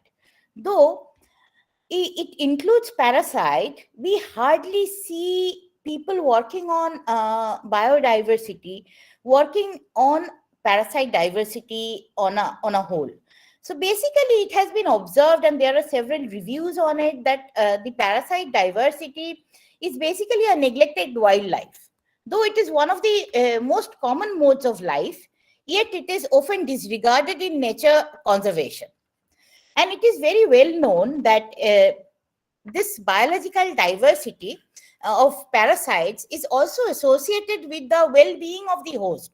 So parasite-host interaction and their relationship, their active role in host interaction and their relationship with the host is also associated with the host extinction. Co-extinction sometimes is also a possibility unless and until there is a host switching of the parasite. So it is better for the parasite if it keeps the host living than making it dead, because if the host dies, then the parasite has to find a new host altogether to start living once again. So that's why parasites are an integral part of biological diversity, and their host interactions are also very important. But parasites are yet to be considered for meaningful conservation targets as of now. So today I'll be talking on a parasite, Leishmania.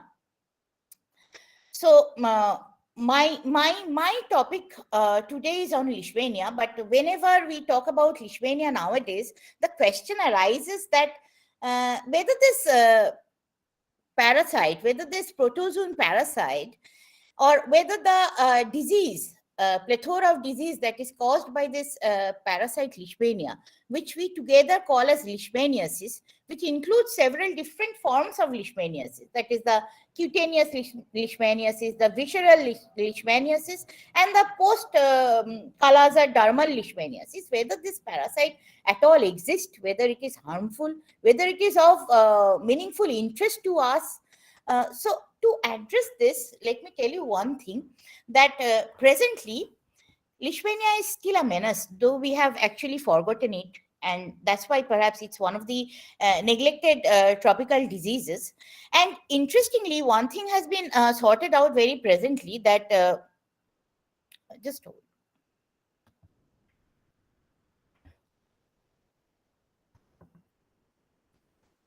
So one thing has been sorted out very presently, that Leishmania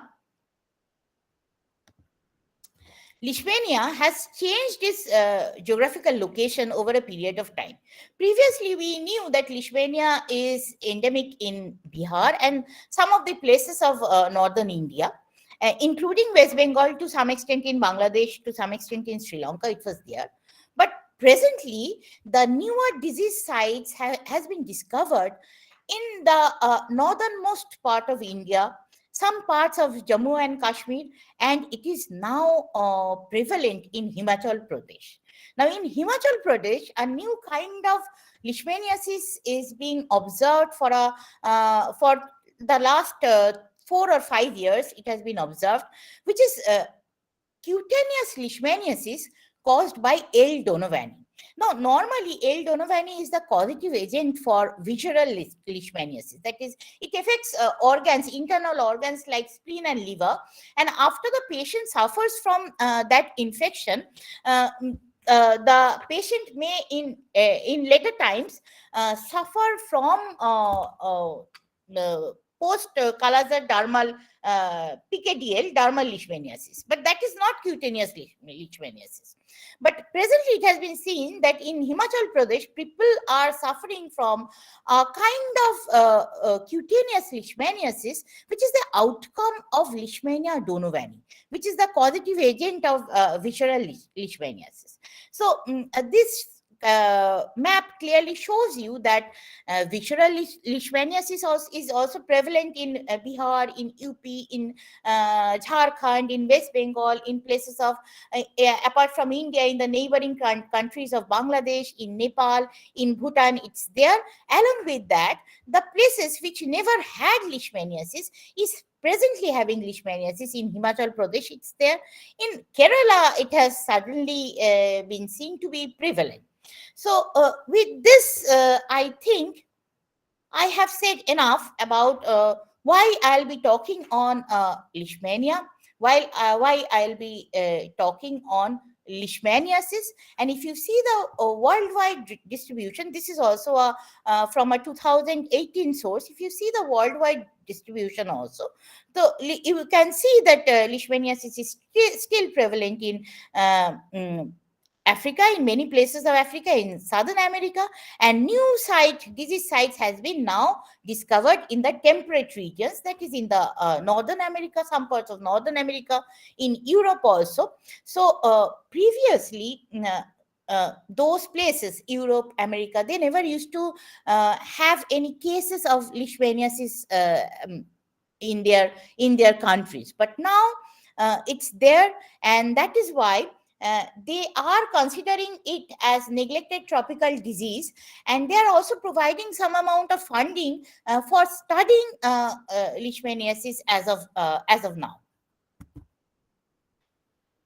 Now, today I'll be talking on how leishmania actually infects the mammalian macrophages, or it's one of its hosts, and how it thrives within the host by different kinds of parasitic interactions. Now, host parasite interactions. I'll be focusing on one particular host parasite interaction, which was my major thrust all through my research work. That is the CAMP signaling of the unicellular pathogen leishmania. Now, since today, as our audience, we have a lot of students, so I'll be basically talking like a storyteller, and I'll not be giving a lot of hard data or a lot of hard scientific data. Instead, I'll be having models and graphics to talk about what happens or what we have found till now about the leishmania while it infects the macrophages. Now, before we go into the details of host parasite interaction, let me just remind you a little bit about leishmania. We all know, perhaps, still I am doing it. So Leishmania is a digenic protozoan parasite. Now that means it has two hosts. It has an insect host, which is the sandfly. The sandfly intestine harbors one particular type of life stages of Leishmania, that is the promastigote stage. And when the sandfly infects the humans, in the human macrophages, the Leishmania are engulfed, that is, the metacyclic promastigotes are engulfed by human macrophages, and in the human macrophages, the promastigotes get converted to, or they differentiate into, afflagellated amastigote. In the sandfly, the temperature and pH of the niche of the Leishmania was totally different from that it experiences in the mammalian macrophages. Now, when it comes in the mammalian macrophages, suddenly the parasite faces a lot of a new environment and a lot of different mechanism stress, right? So it basically thrives in the mammalian macrophages by two different methods. These are the two different methods. It either exploits the host resources or it equips itself to sustain inside the host. And it has been seen that the environment of the host is actually a trigger for the parasite to equip itself to sustain inside the host. So this is the macrophage, and you can see a small Leishmania over here. So when the Leishmania is entering the macrophage, or the promastigote is entering the macrophage, then immediately after that, the parasite experiences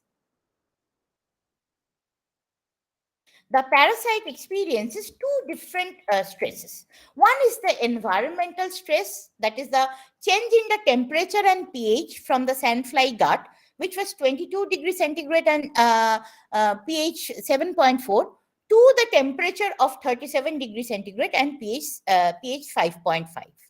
And then it also experiences another stress, which is the first line of defense that macrophage gives the Leishmania. That is the excessive burst of reactive oxygen species and reactive nitrogen intermediates. But still, it has been seen that a subset of parasites survives and causes infection. Now, the question is, how exactly this is happening? How exactly it is happening? So, how the parasite survives inside the cells after facing so much of stress? Now, it has been observed that when the parasite enters the macrophages, immediately there is a NLRP3 mediated inflammasome activation of the parasite. Now, these inflammasomes are basically sensors, and they immediately produce caspase 1, which are pro-apoptotic agents, and IL-1 beta. This IL-1 beta is also associated with the ROS generation, and this ROS generation is supposed to kill the parasite, supposed to kill the population that is being infected, that is infecting the macrophages. But interestingly, instead of being killed, the parasite modulates the macrophage environment. It actually recruits uncoupler protein 2 and decreases this ROS generation. At the same time, or neutralizes this ROS generation. At the same time, because of the change in the environment and the pH, there is a sudden increase in the parasite CAMP levels. That is the cyclic nucleotide, cyclic AMP levels in the parasite. That is cyclic adenosine monophosphate levels in the parasite increases. Not in the macrophages, but in the parasite it increases. And it has been seen that this CAMP level and the associated CAMP PK signaling basically helps the parasite to survive in this adverse environment, neutralize the ROS generation by actually increasing the activity of its antioxidant machinery. Though it's an unicellular parasite, it has an antioxidant machinery, and this antioxidant machinery is activated because of the CMP mediated PKA pathway. Now today I'll be speaking in detail about how exactly the parasite equips itself for its survival, though it's a unicellular pathogen, though it's a very primitive eukaryote, you can say. It's a protozoan eukaryote, so it's a very primitive one. How exactly it modulates the host mechanism by equipping itself and activating its antioxidant defense. Now, what we first found out is that the environment, that the host environment, what is the host environment? That is the environment of the macrophages, 37 degrees centigrade and pH 5.5. This environment is a trigger for the differentiation of the parasites from promastigotes to amastigotes. And if we artificially provide this temperature to promastigotes, they get converted to amastigotes. And we call them as axenic amastigote, that is the in-lab grown amastigotes. Now, when we studied these amastigotes, we found that in this amastigotes, basically, there is a hike of cyclic nucleotide level, that is a CMP level, not the CGMP level. We also check for the CGMP level, but there was a hike of CAMP level in the parasites. Now, we wanted to see that since CAMP levels are grossly related with the PKA activity, we observed the PKA activity and found that the PKA catalytic activity of the parasites, we did chemtide assay over here.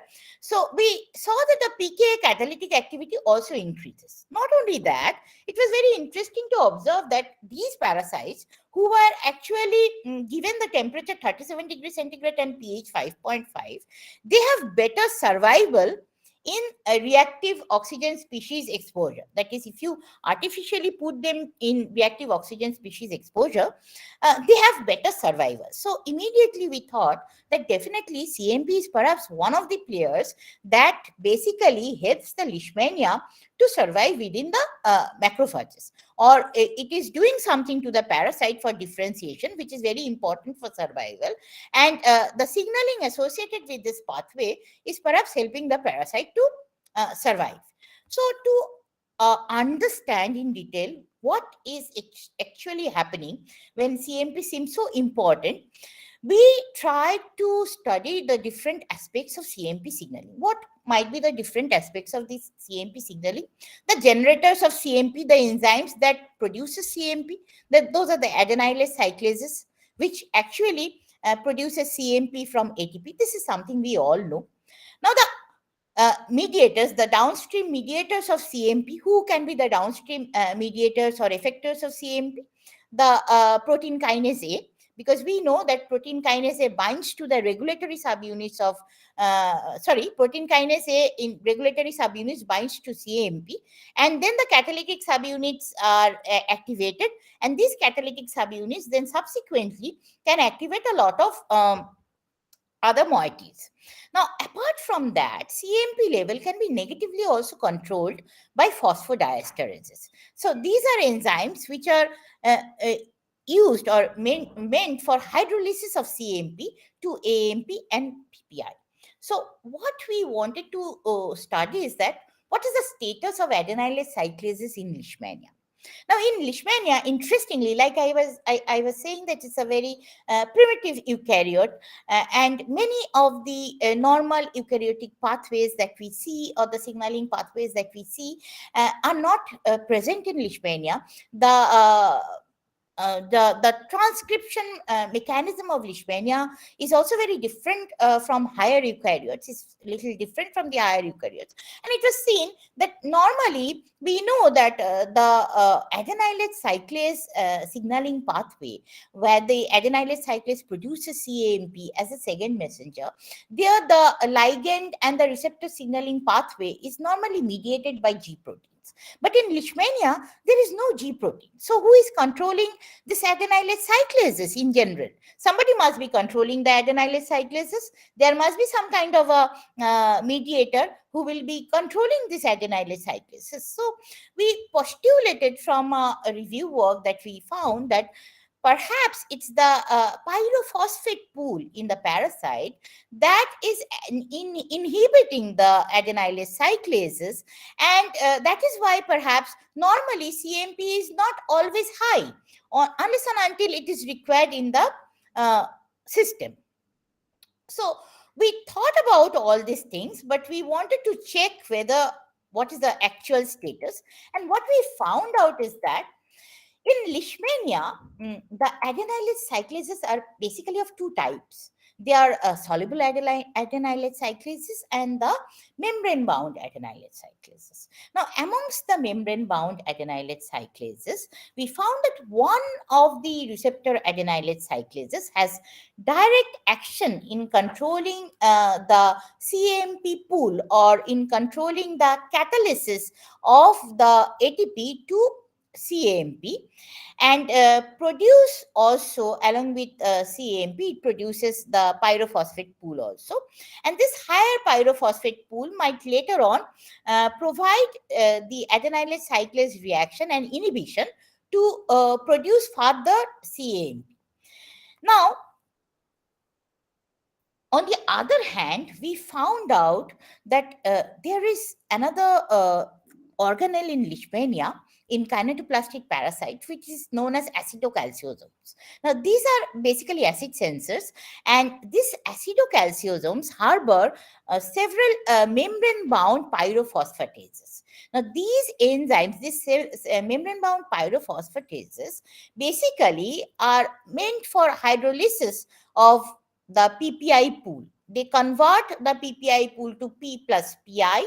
So, the pyrophosphatases actually can hydrolyze the PPI pool if present. And we found that these acidocalciosomes move during stress differentiation. They are in the cytoplasm. And CMP is not produced because the PPI pool is providing inhibition to the receptor adenylate cyclases and to the receptor adenylate cyclase B also, which is not catalytically very active. Now, when CMP, when there is a stress differentiation condition present, that is the parasites are exposed to 37 degrees centigrade and pH 5.5, or they are transforming to amastigotes, when the CMP levels are high, how exactly this high CMP levels are possible? That is, the acidocalciosomes are moving closer to the membrane, and they are basically hydrolyzing this PPI pool. In doing this, they are exposing the catalytic site of receptor adenylate cyclase A, and that is why the ATP is being now converted to CMP, and the level of CMP rises. Now, when this PPI pool again increases to a considerable level, obviously they will go back and they will have a negative feedback, and no more CMP will be produced. But by then, CMP will already be doing its job. It will be activating the CMP mediated signaling cascade. So this is what we, in nutshell, we found out about the adenylate cyclases. Yes, we have TEM photographs of acidocalciosomes moving towards the membrane with stress exposure. We have different confocal images of the same, their exposure, etc., which I have not shown anything over here. We have also checked the expressions of adenylate cyclase, their catalytic activities, etc. All have been checked, and the data has also been published later on.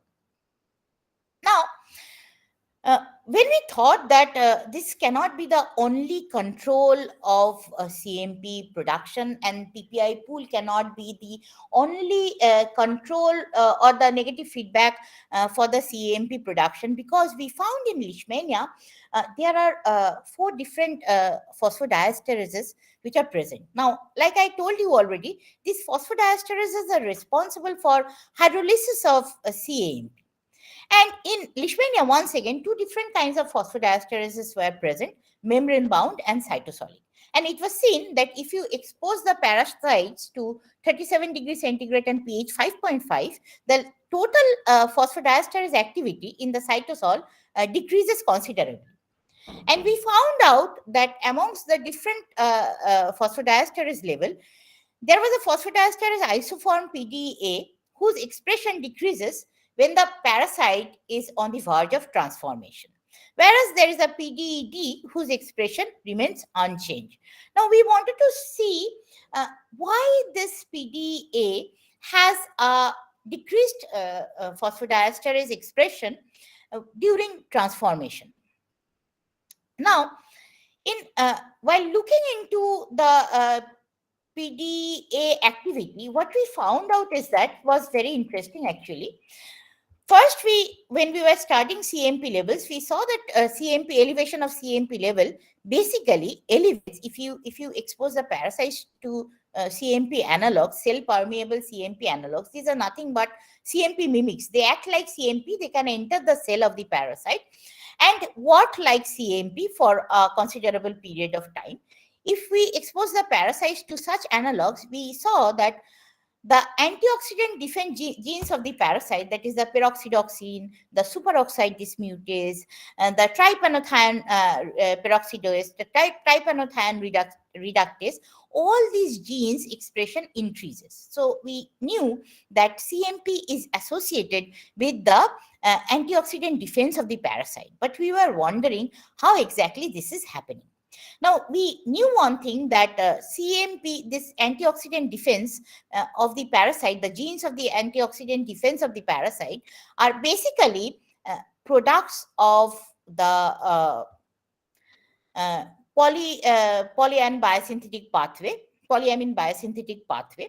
And we checked the polyamine biosynthetic pathway in the parasite, and we saw that the expressions of enzyme arginase, ornithine decarboxylase, trypanothione synthase increases in the parasite. But interestingly, the total TSH pool in the parasite, which is actually the ultimate pool for polyamine biosynthesis pathway, it is not changing its level.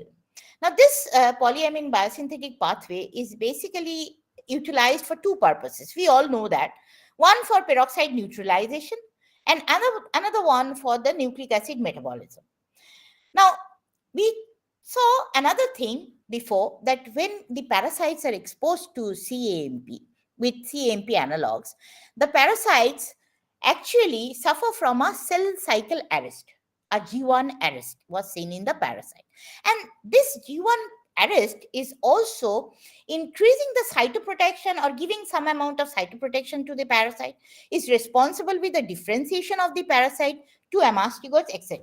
So this G1 arrest was important. So we thought, when we saw that the TSH pool is equal like before, even when it was not exposed to CAMP, so we thought that it might be so that the peroxide neutralization or the antioxidant defense of the parasite is being increased because of the activity of the peroxidoxin superoxide dismutase, whereas there is a stall in the nucleic acid metabolism, and that is actually imparting the G1 arrest in the parasite. But this part we didn't do much of studies, but this was more or less a speculation, which we actually inferred from the results that we got over here.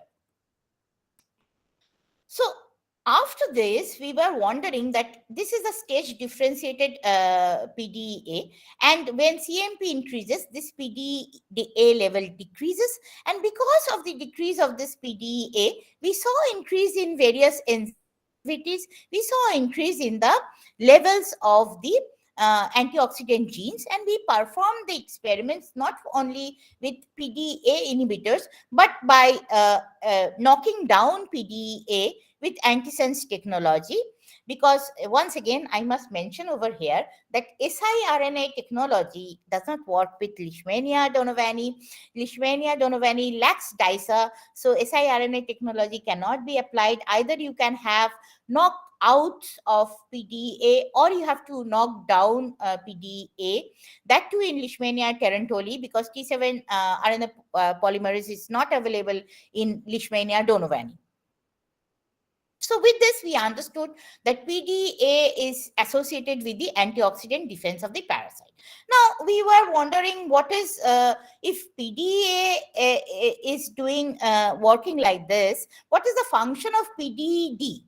Why it is at all there when it is not a stage differentiated phosphodiesterase? We were wondering about that. And we wanted to check what is happening with this PDD. So when we saw that this is not a stage differentiated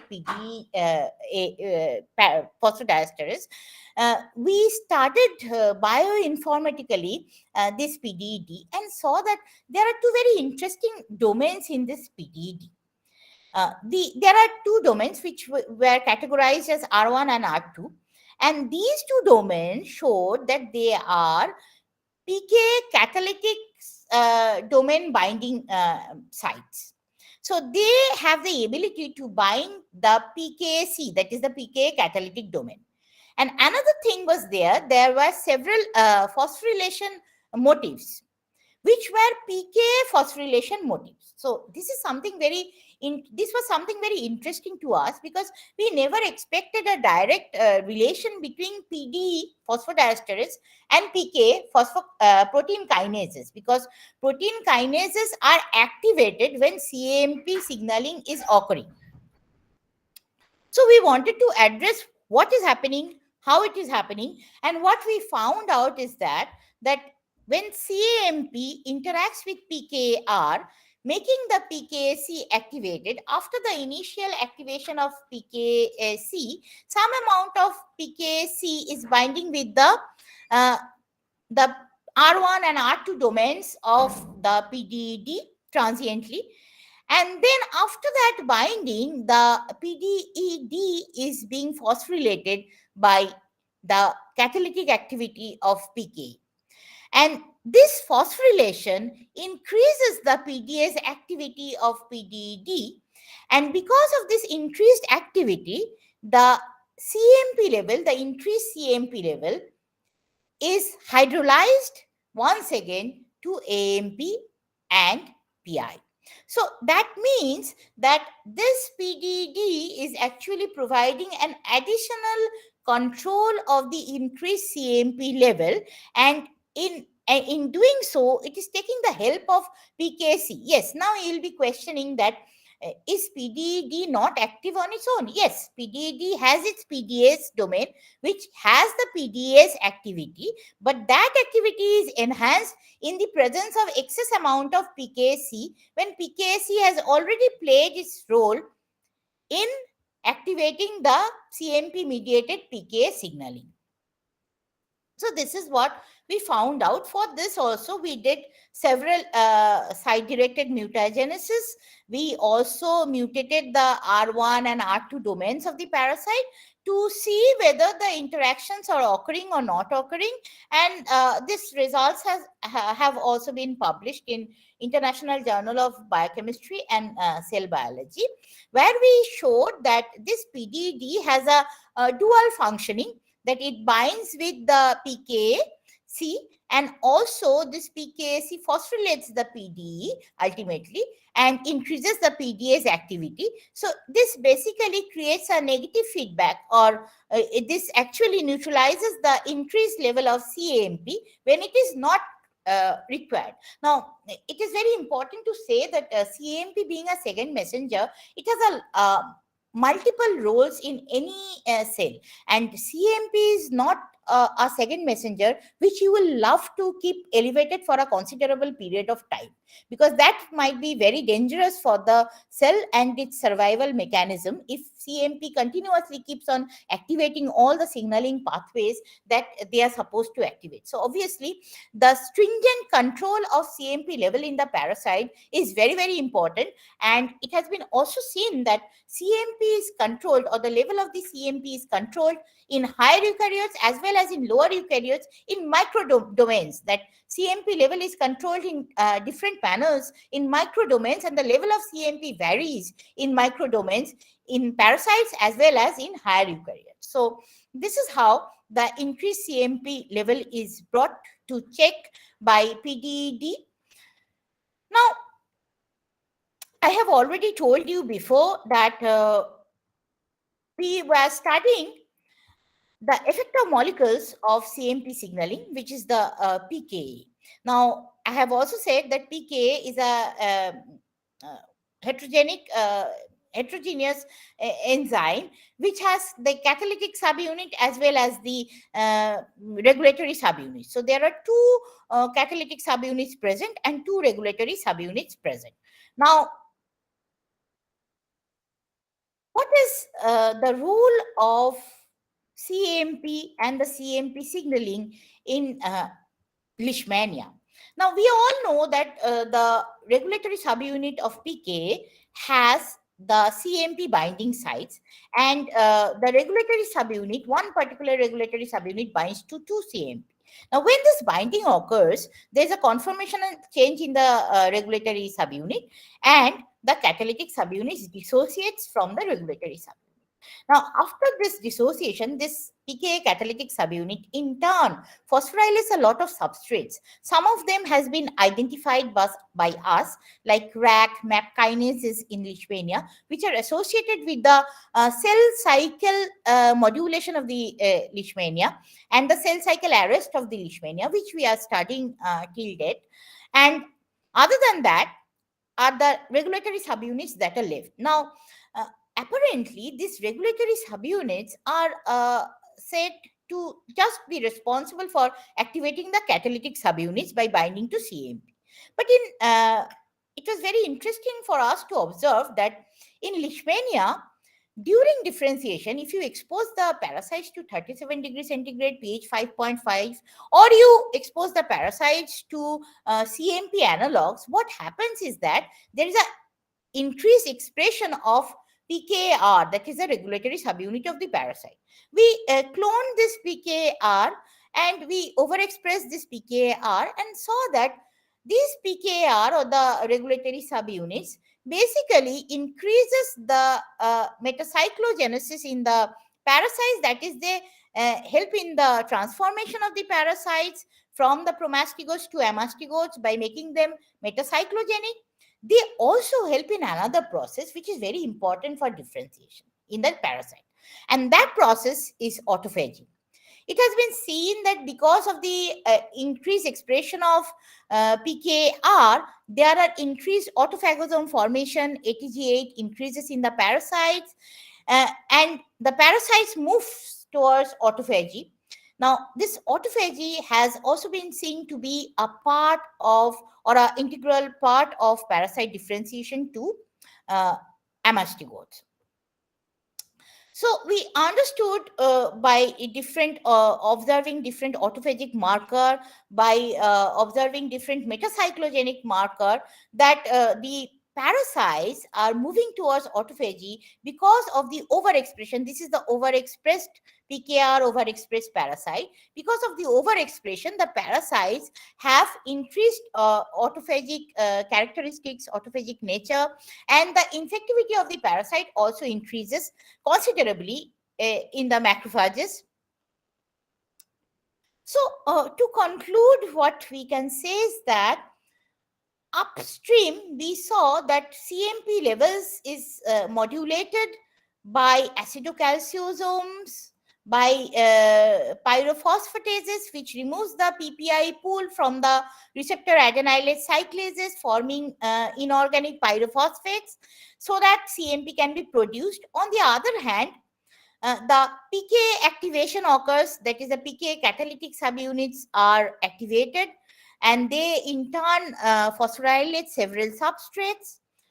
And then this PK also interacts with PDED, and this PDED basically produces a negative feedback to the CMP levels of the parasite. And this CMP levels is directly modulated by or hydrolyzed by PDA, And this PDA is associated with the antioxidant, increased expression of the antioxidant gene expression and activity stalling the nucleotide metabolism in the parasite. So we had a comprehensive outlook of what is happening or how exactly the CMP signaling of the parasite is increasing. Now, you might be questioning, what about the CMP signaling of the macrophages? Is there any change in the CMP signaling of the macrophages during infection? Yes, there is a change in the CMP signaling of the macrophages. There are elevated levels of CMP in the macrophages, which is brought by PGE2, that is prostaglandin E2, in the parasite host environment that is brought out. But we do not know yet whether that CMP is being utilized by the parasite or not. But we know one thing for sure, that the CMP levels of the parasites are, yes, utilized by them for their survival. Now, before I stop today's presentation, I'd like to say a few things about what we are planning to do right now. Since the studies that I have shown till now are basic studies or gaining knowledge about how exactly the CMP signaling of the parasite is being upregulated, downregulated in the host parasite interaction. But what we want to do is that we want to have a inhibitor that will be effective as anti-leishmanial, that will be effective against this CMP increase of the parasites, that will be effective against for killing the parasites, apart from the antimonials that we presently have as drugs. So since we have a lot of phosphodiesterase in the parasites, and in humans there are various different phosphodiesterase, and the inhibitors of the phosphodiesterase are available, we were looking on phosphodiesterase inhibitors as targets, as anti-leishmanial agents, or killing the parasites, for killing the parasites in general.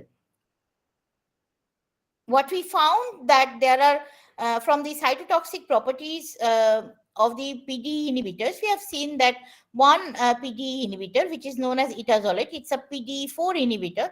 It has immense cytotoxic properties on the parasite. And we saw that these inhibitors were not very harmful on the macrophages. And one thing, we were talking about the G1 arrest of leishmania. Now, these parasites also input G1, this inhibitors also give G1 arrest to the parasites.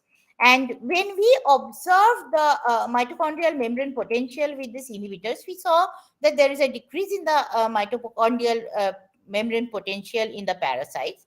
And if we treat these inhibitors in mice models of leishmania, we saw that there was a decrease in the spleen LDU, that is Leishmania Donovan unit, in the parasites. So we thought that etazolate might be important to control the intramacrophage survival in the parasite. They might act as anti-leishmanial, or we might need to produce more and more inhibitors which can act as anti-leishmanial. So this is a part of our work. But what we are dealing with right now, that I have told you a long story about how exactly CMP is being activated in the parasite, how exactly the phosphodiesterase are providing a negative feedback on the CMP levels, how exactly CMP is controlling the PK activity in the parasite. But what we do not know as of now is the molecular mechanism by which the parasite cell cycle is being controlled by CMP. What we have found out is that CMP is causing a G1 arrest, but we do not know how this G1 arrest is being caused, because CMP directly cannot affect the cell cycle regulators. Now, the cell cycle regulators are all the different cyclines, the cyclin-dependent kinases, the MAP kinases that are there in leishmania. There are several different putative MAP kinases. There are RAC kinases. This RAC is nothing but an AKT. It is very similar to the AKT of the higher eukaryotes. So what we found out is that CMP is modulating MAP kinase levels, CMP is modulating the RAC kinase level, and if we provide inhibitions like H89, which is a PK inhibitor, if we provide inhibitions like H89, then MAP kinase expression increases in the parasite, which is definitely associated with cell cycle regulation. And also there are several reports that the MAP kinase phosphorylation, the LD-RAC phosphorylation are associated with the cell cycle modulation in the parasite. So what we intend to do right now is to identify all the different eukaryotic kinases that are being targeted during the cell cycle regulation. And for that, we are doing a lot of bioinformatics studies. What we are doing is that we are studying almost 150 kinases, cell cycle regulatory kinases from the parasites. We are seeing whether these kinases have any binding domain with any kind of PK, traditional PK or P38 inhibitors. We are doing a lot of docking studies to do that. So ultimate goal of this study is to unravel the phosphoproteome of Leishmania in general, so that we can say what are the total number of kinases, cell cycle regulatory kinases that are being activated in Leishmania, and how they can be inhibited in the parasite with different inhibitors that are already available to us, different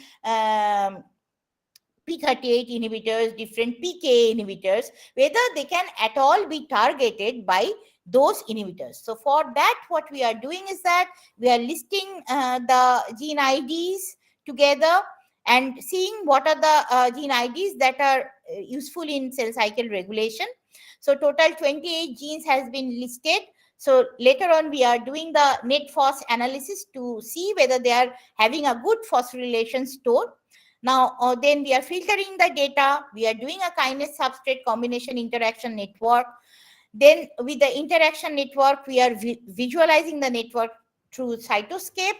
And then we are doing a lot of docking studies with the inhibitors that are available with us. So this is what we are doing, but a lot of studies are also going on in understanding how exactly macrophage defense mechanism is being modulated by Leishmania. We have also worked on macrophage, how exactly Leishmania is modulating macrophage defense, and we have seen that Leishmania utilizes the macrophage arginase. Leishmania utilizes the macrophage arginase. It increases the expression of macrophage arginase, whereas it decreases the level of the nitric oxide synthesis in the macrophages. And we all know that nitric oxide synthesis is a mechanism to kill any kind of invading pathogen. So Leishmania has a capability to decrease the nitric oxide level in the parasite. One thing I have already told you, that Leishmania activates the macrophage inflammasome with the NLRP3 activation when it invades the macrophages, and then it acutes itself at the same time. It also modulates the host defense in the parasite. So obviously, our ultimate goal is to find out a better anti-Leishmanial, because what we have till date is antimonials, which has a lot of side effects. And the dose are not very defined. Moreover, there is another problem with several of the antimonials. In many of the places, it has been seen that many of the antimonials, like ureastibum, the amphotericin B, etc., all these standard antimonials, they have resistant strains. Now there is a lot of antimonial resistance all over India, all over the world. So we are looking alternative to antimonials that we already have. So we are trying to have a better anti-Leishmanial agent, and for that we are studying the entire phosphoproteome of Leishmania to find an effective anti-Leishmanial agent. So that will be all from me. I'll definitely answer all your questions if you have any. Now, before I stop, I'd like to acknowledge my lab. my fellows who are working on different aspects of cell and molecular biology. But the person who is working on Leishmania biology is Onindita Bhattacharya. She is a UGC SRF, CSIR UGC SRF. So she is now working on Leishmania biology. And I have several collaborations with one of them with Professor Umi Chatterjee or Dr. Arijit Bhattacharya. He's mainly doing the bioinformatics study. He's helping us with the bioinformatics study.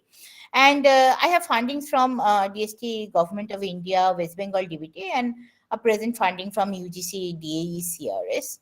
So, and thank you all for your patient hearing.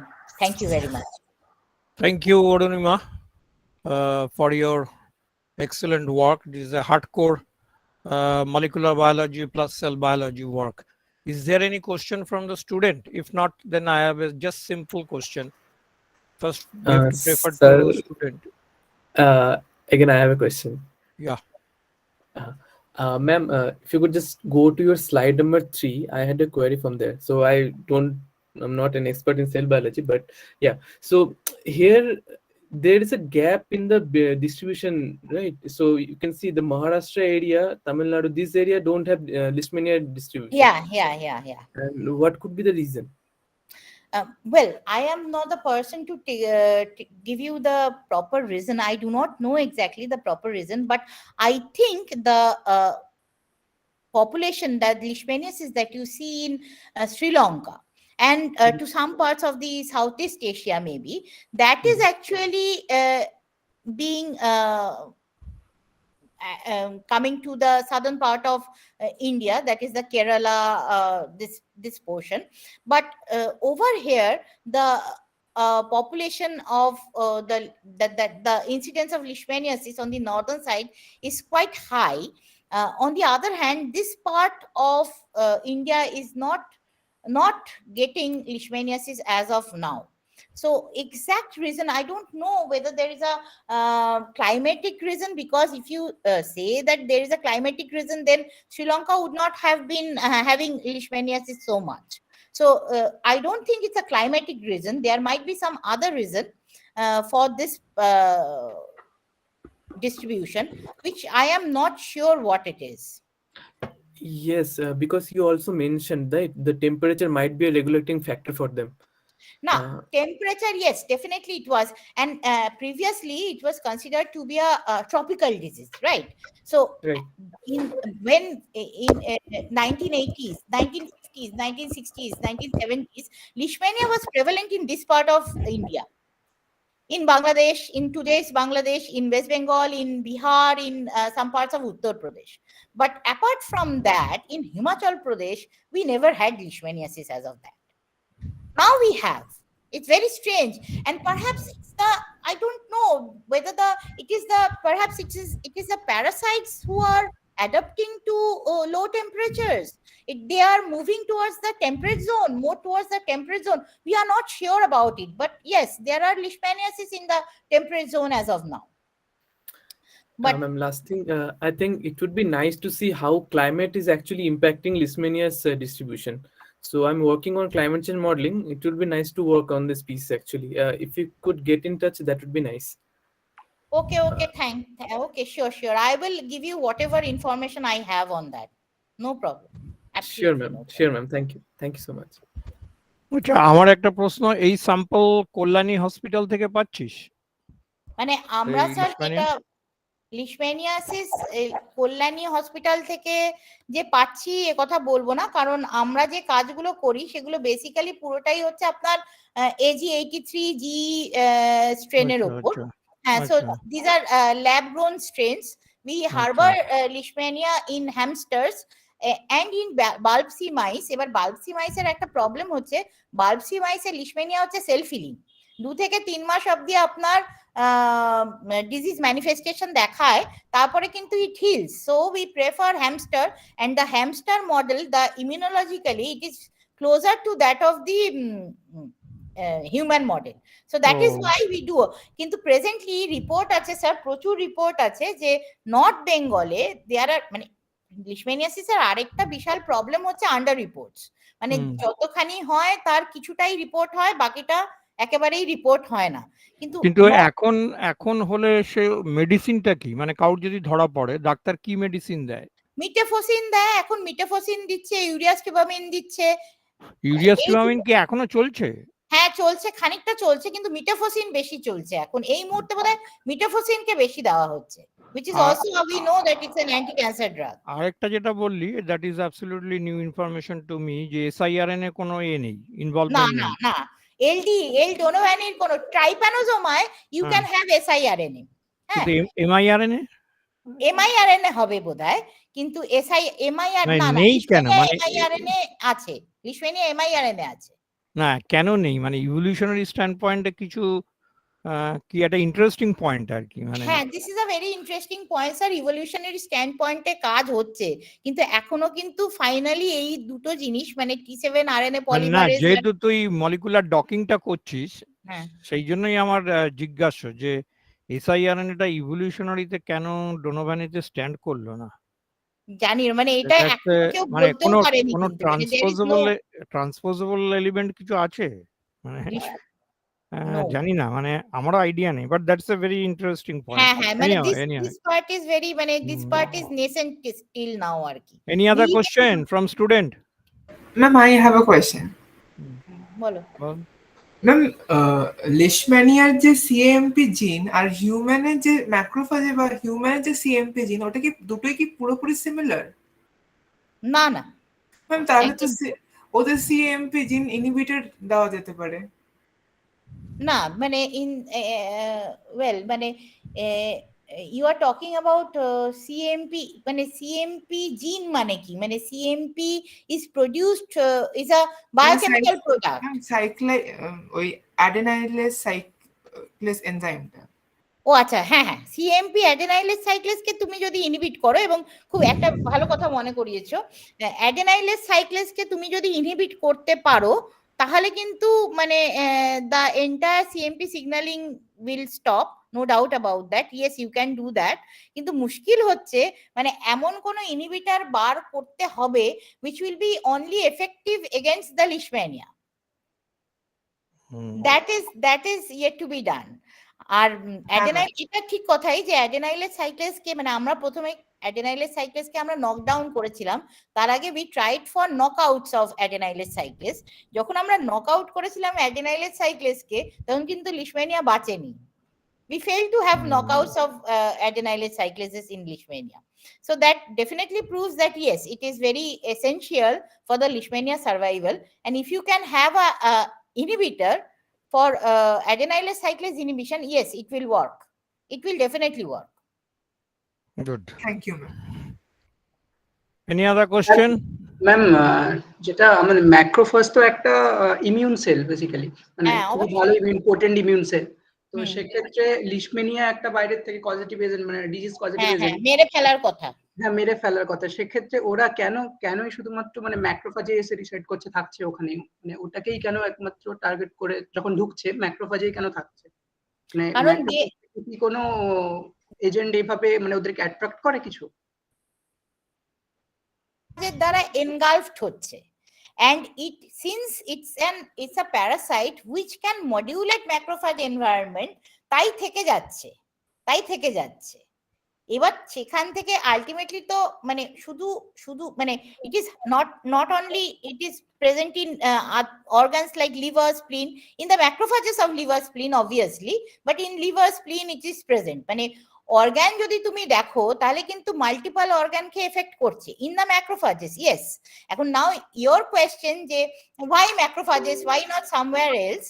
The point is, if the parasite can modulate macrophages towards its survival, it is useful for the parasites to survive in the macrophages.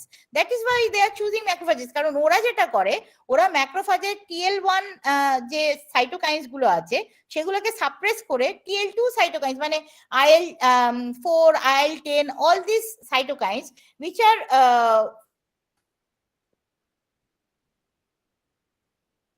Cytokines কে ওরা activate করতে পারে।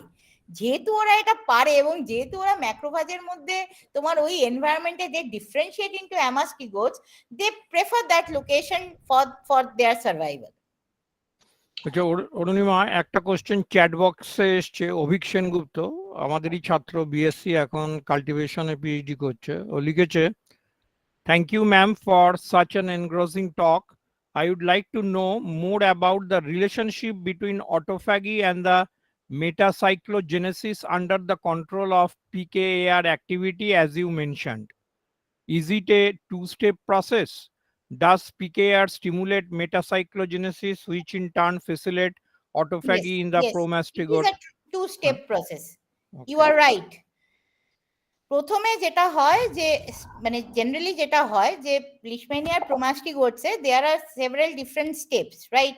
It's there R early প্রোমাস্টিগোটস, then there R mid log promastigotes, log phase promastigotes, mid log promastigotes, stationary phase promastigotes, or the metacyclic promastigotes, which are the infective promastigotes. Now এই যে promastigotes এ metacyclic promastigote যে যাওয়া কনভার্সনটা, এটা দেখা গেছে পিকে আর যদি over expression হয়, কখন পিকে আর ওভার এক্সপ্রেশন হয়?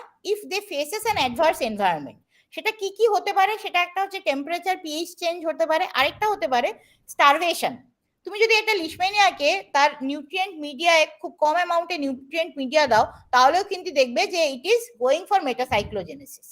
এবার মেটাসাইক্লোজেনেসিসটা যখন শুরু হয়ে যায়, যখন হয়ে যায়, তখন দেখা যাচ্ছে when all the markers of metacyclogenesis are present, তখন দেখা যাচ্ছে যে it is in turn increasing the autophagy in the parasite. তখন লিশম্যানিয়ার মধ্যে ATG8 এক্সপ্রেশন বাড়ছে, all the different LC3 এই ধরনের all the different markers of autophagy are being expressed in the leishmania then. Yes, it's a two-step process. এইটা তুমি চাইলে I can provide you the entire article. I have it with me. If you want, I can provide you in your email. Okay, thank you very much. I think there is no other question. Yes. Sir যেটা ma'am যেটা বললেন প্রোমাস্টিগোট থেকে অ্যামাস্টিগোট হতে main যে দুটো determining factor, একটা হচ্ছে temperature আর একটা পিএইচ, মানে এই দুটো কি করে ডিটারমিন হলো, মানে কি করে বুঝলেন যে এই দুটোই বেসিক্যালি মেইন ফ্যাক্টর যেগুলো এটাকে করছে? না মানে এই দুটোই যে শুধু করছে এ কথা কোনোদিন বলবো না, মানে আরো অনেক হাজারখানা ফ্যাক্টর থাকতে পারে যেগুলো আমরা জানি না। আমরা প্রথমত হচ্ছে যেটা আমরা দেখলাম যে যখন তুমি প্যারাসাইট গুলোকে তুমি যদি কিছু না মানে তুমি ল্যাবে you have the lab grown promastigote culture, you make a leishmania culture media of pH 5.5 and you keep it in the cell culture incubator 37 degree centigrade. যদি তুমি এটা 48 ঘন্টার জন্য করো, you will see that they are converting into a flagellated form. আগে ছিল flagellated form, they will convert into a flagellated form and they will be roundish in structure. একদম মাইক্রোস্কোপের তলায় ফেলে দেখলেই দেখতে পাওয়া যায় they will be roundish in structure, they will be amastigote like structure. And what we found out, the amastigote এর কিছু markers are being expressed over here. তাহলে দেখা যাচ্ছে যে টেম্পারেচার এন্ড পিএইচ এর ফলে conversion, transformation of the parasites is happening. এবার আমরা দেখতে চাইলাম যে এই ট্রান্সফরমেশনটা দেখো temperature and pH they are helping in the transformation, but obviously there must be some molecular mediators in the process. না টেম্পারেচার পিএইচ নিজে একা একা তো এটা এরকম একটা ট্রান্সফরমেশন করতে পারে না, so there must be some kind of molecular mediators. এবার when we started studying this eukaryotic group of parasites, the protozoan parasites, প্রচুর পড়াশোনা করে দেখা গেল যে ট্রাইপোনোজোমস বলো, টক্সোপ্লাজমায় বলো, the cyclic nucleotides are playing important roles in environment sensing of the parasites. So we tried for the, it is a reductionist approach, it's not a system biology approach. So we went for the cyclic nucleotide, both for the CMP and CGMP. তখন দেখলাম যে temperature pH বাড়ানোর সাথে সাথে CMP লেভেলও বাড়ছে। এবার তুমি যদি আর্টিফিশিয়ালি সিএমপি লেভেল প্যারাসাইটে বাড়াও, তাহলে সেই আর্টিফিশিয়াল সিএমপি লেভেল বাড়ানোর জন্য পিকে সিগন্যালিং হচ্ছে, প্যারাসাইটের সাইটোপ্রোটেকশন বাড়ছে, পেরক্সাইড নিউট্রালাইজেশন হচ্ছে। তখন আমরা পুরো সিগন্যালিংটা স্টাডি করতে শুরু করলাম কি হচ্ছে ব্যাপারটা। Okay, thank you very much, Arunima, for your excellent presentation. Thank you, sir. With this two lecture, today's webinar is going to be end here. On behalf of the department and all the participants, once more I welcome and extend my thanks to Amitavo and Arunima for their brilliant lecture. Thank you. Thank you, sir. Thank you.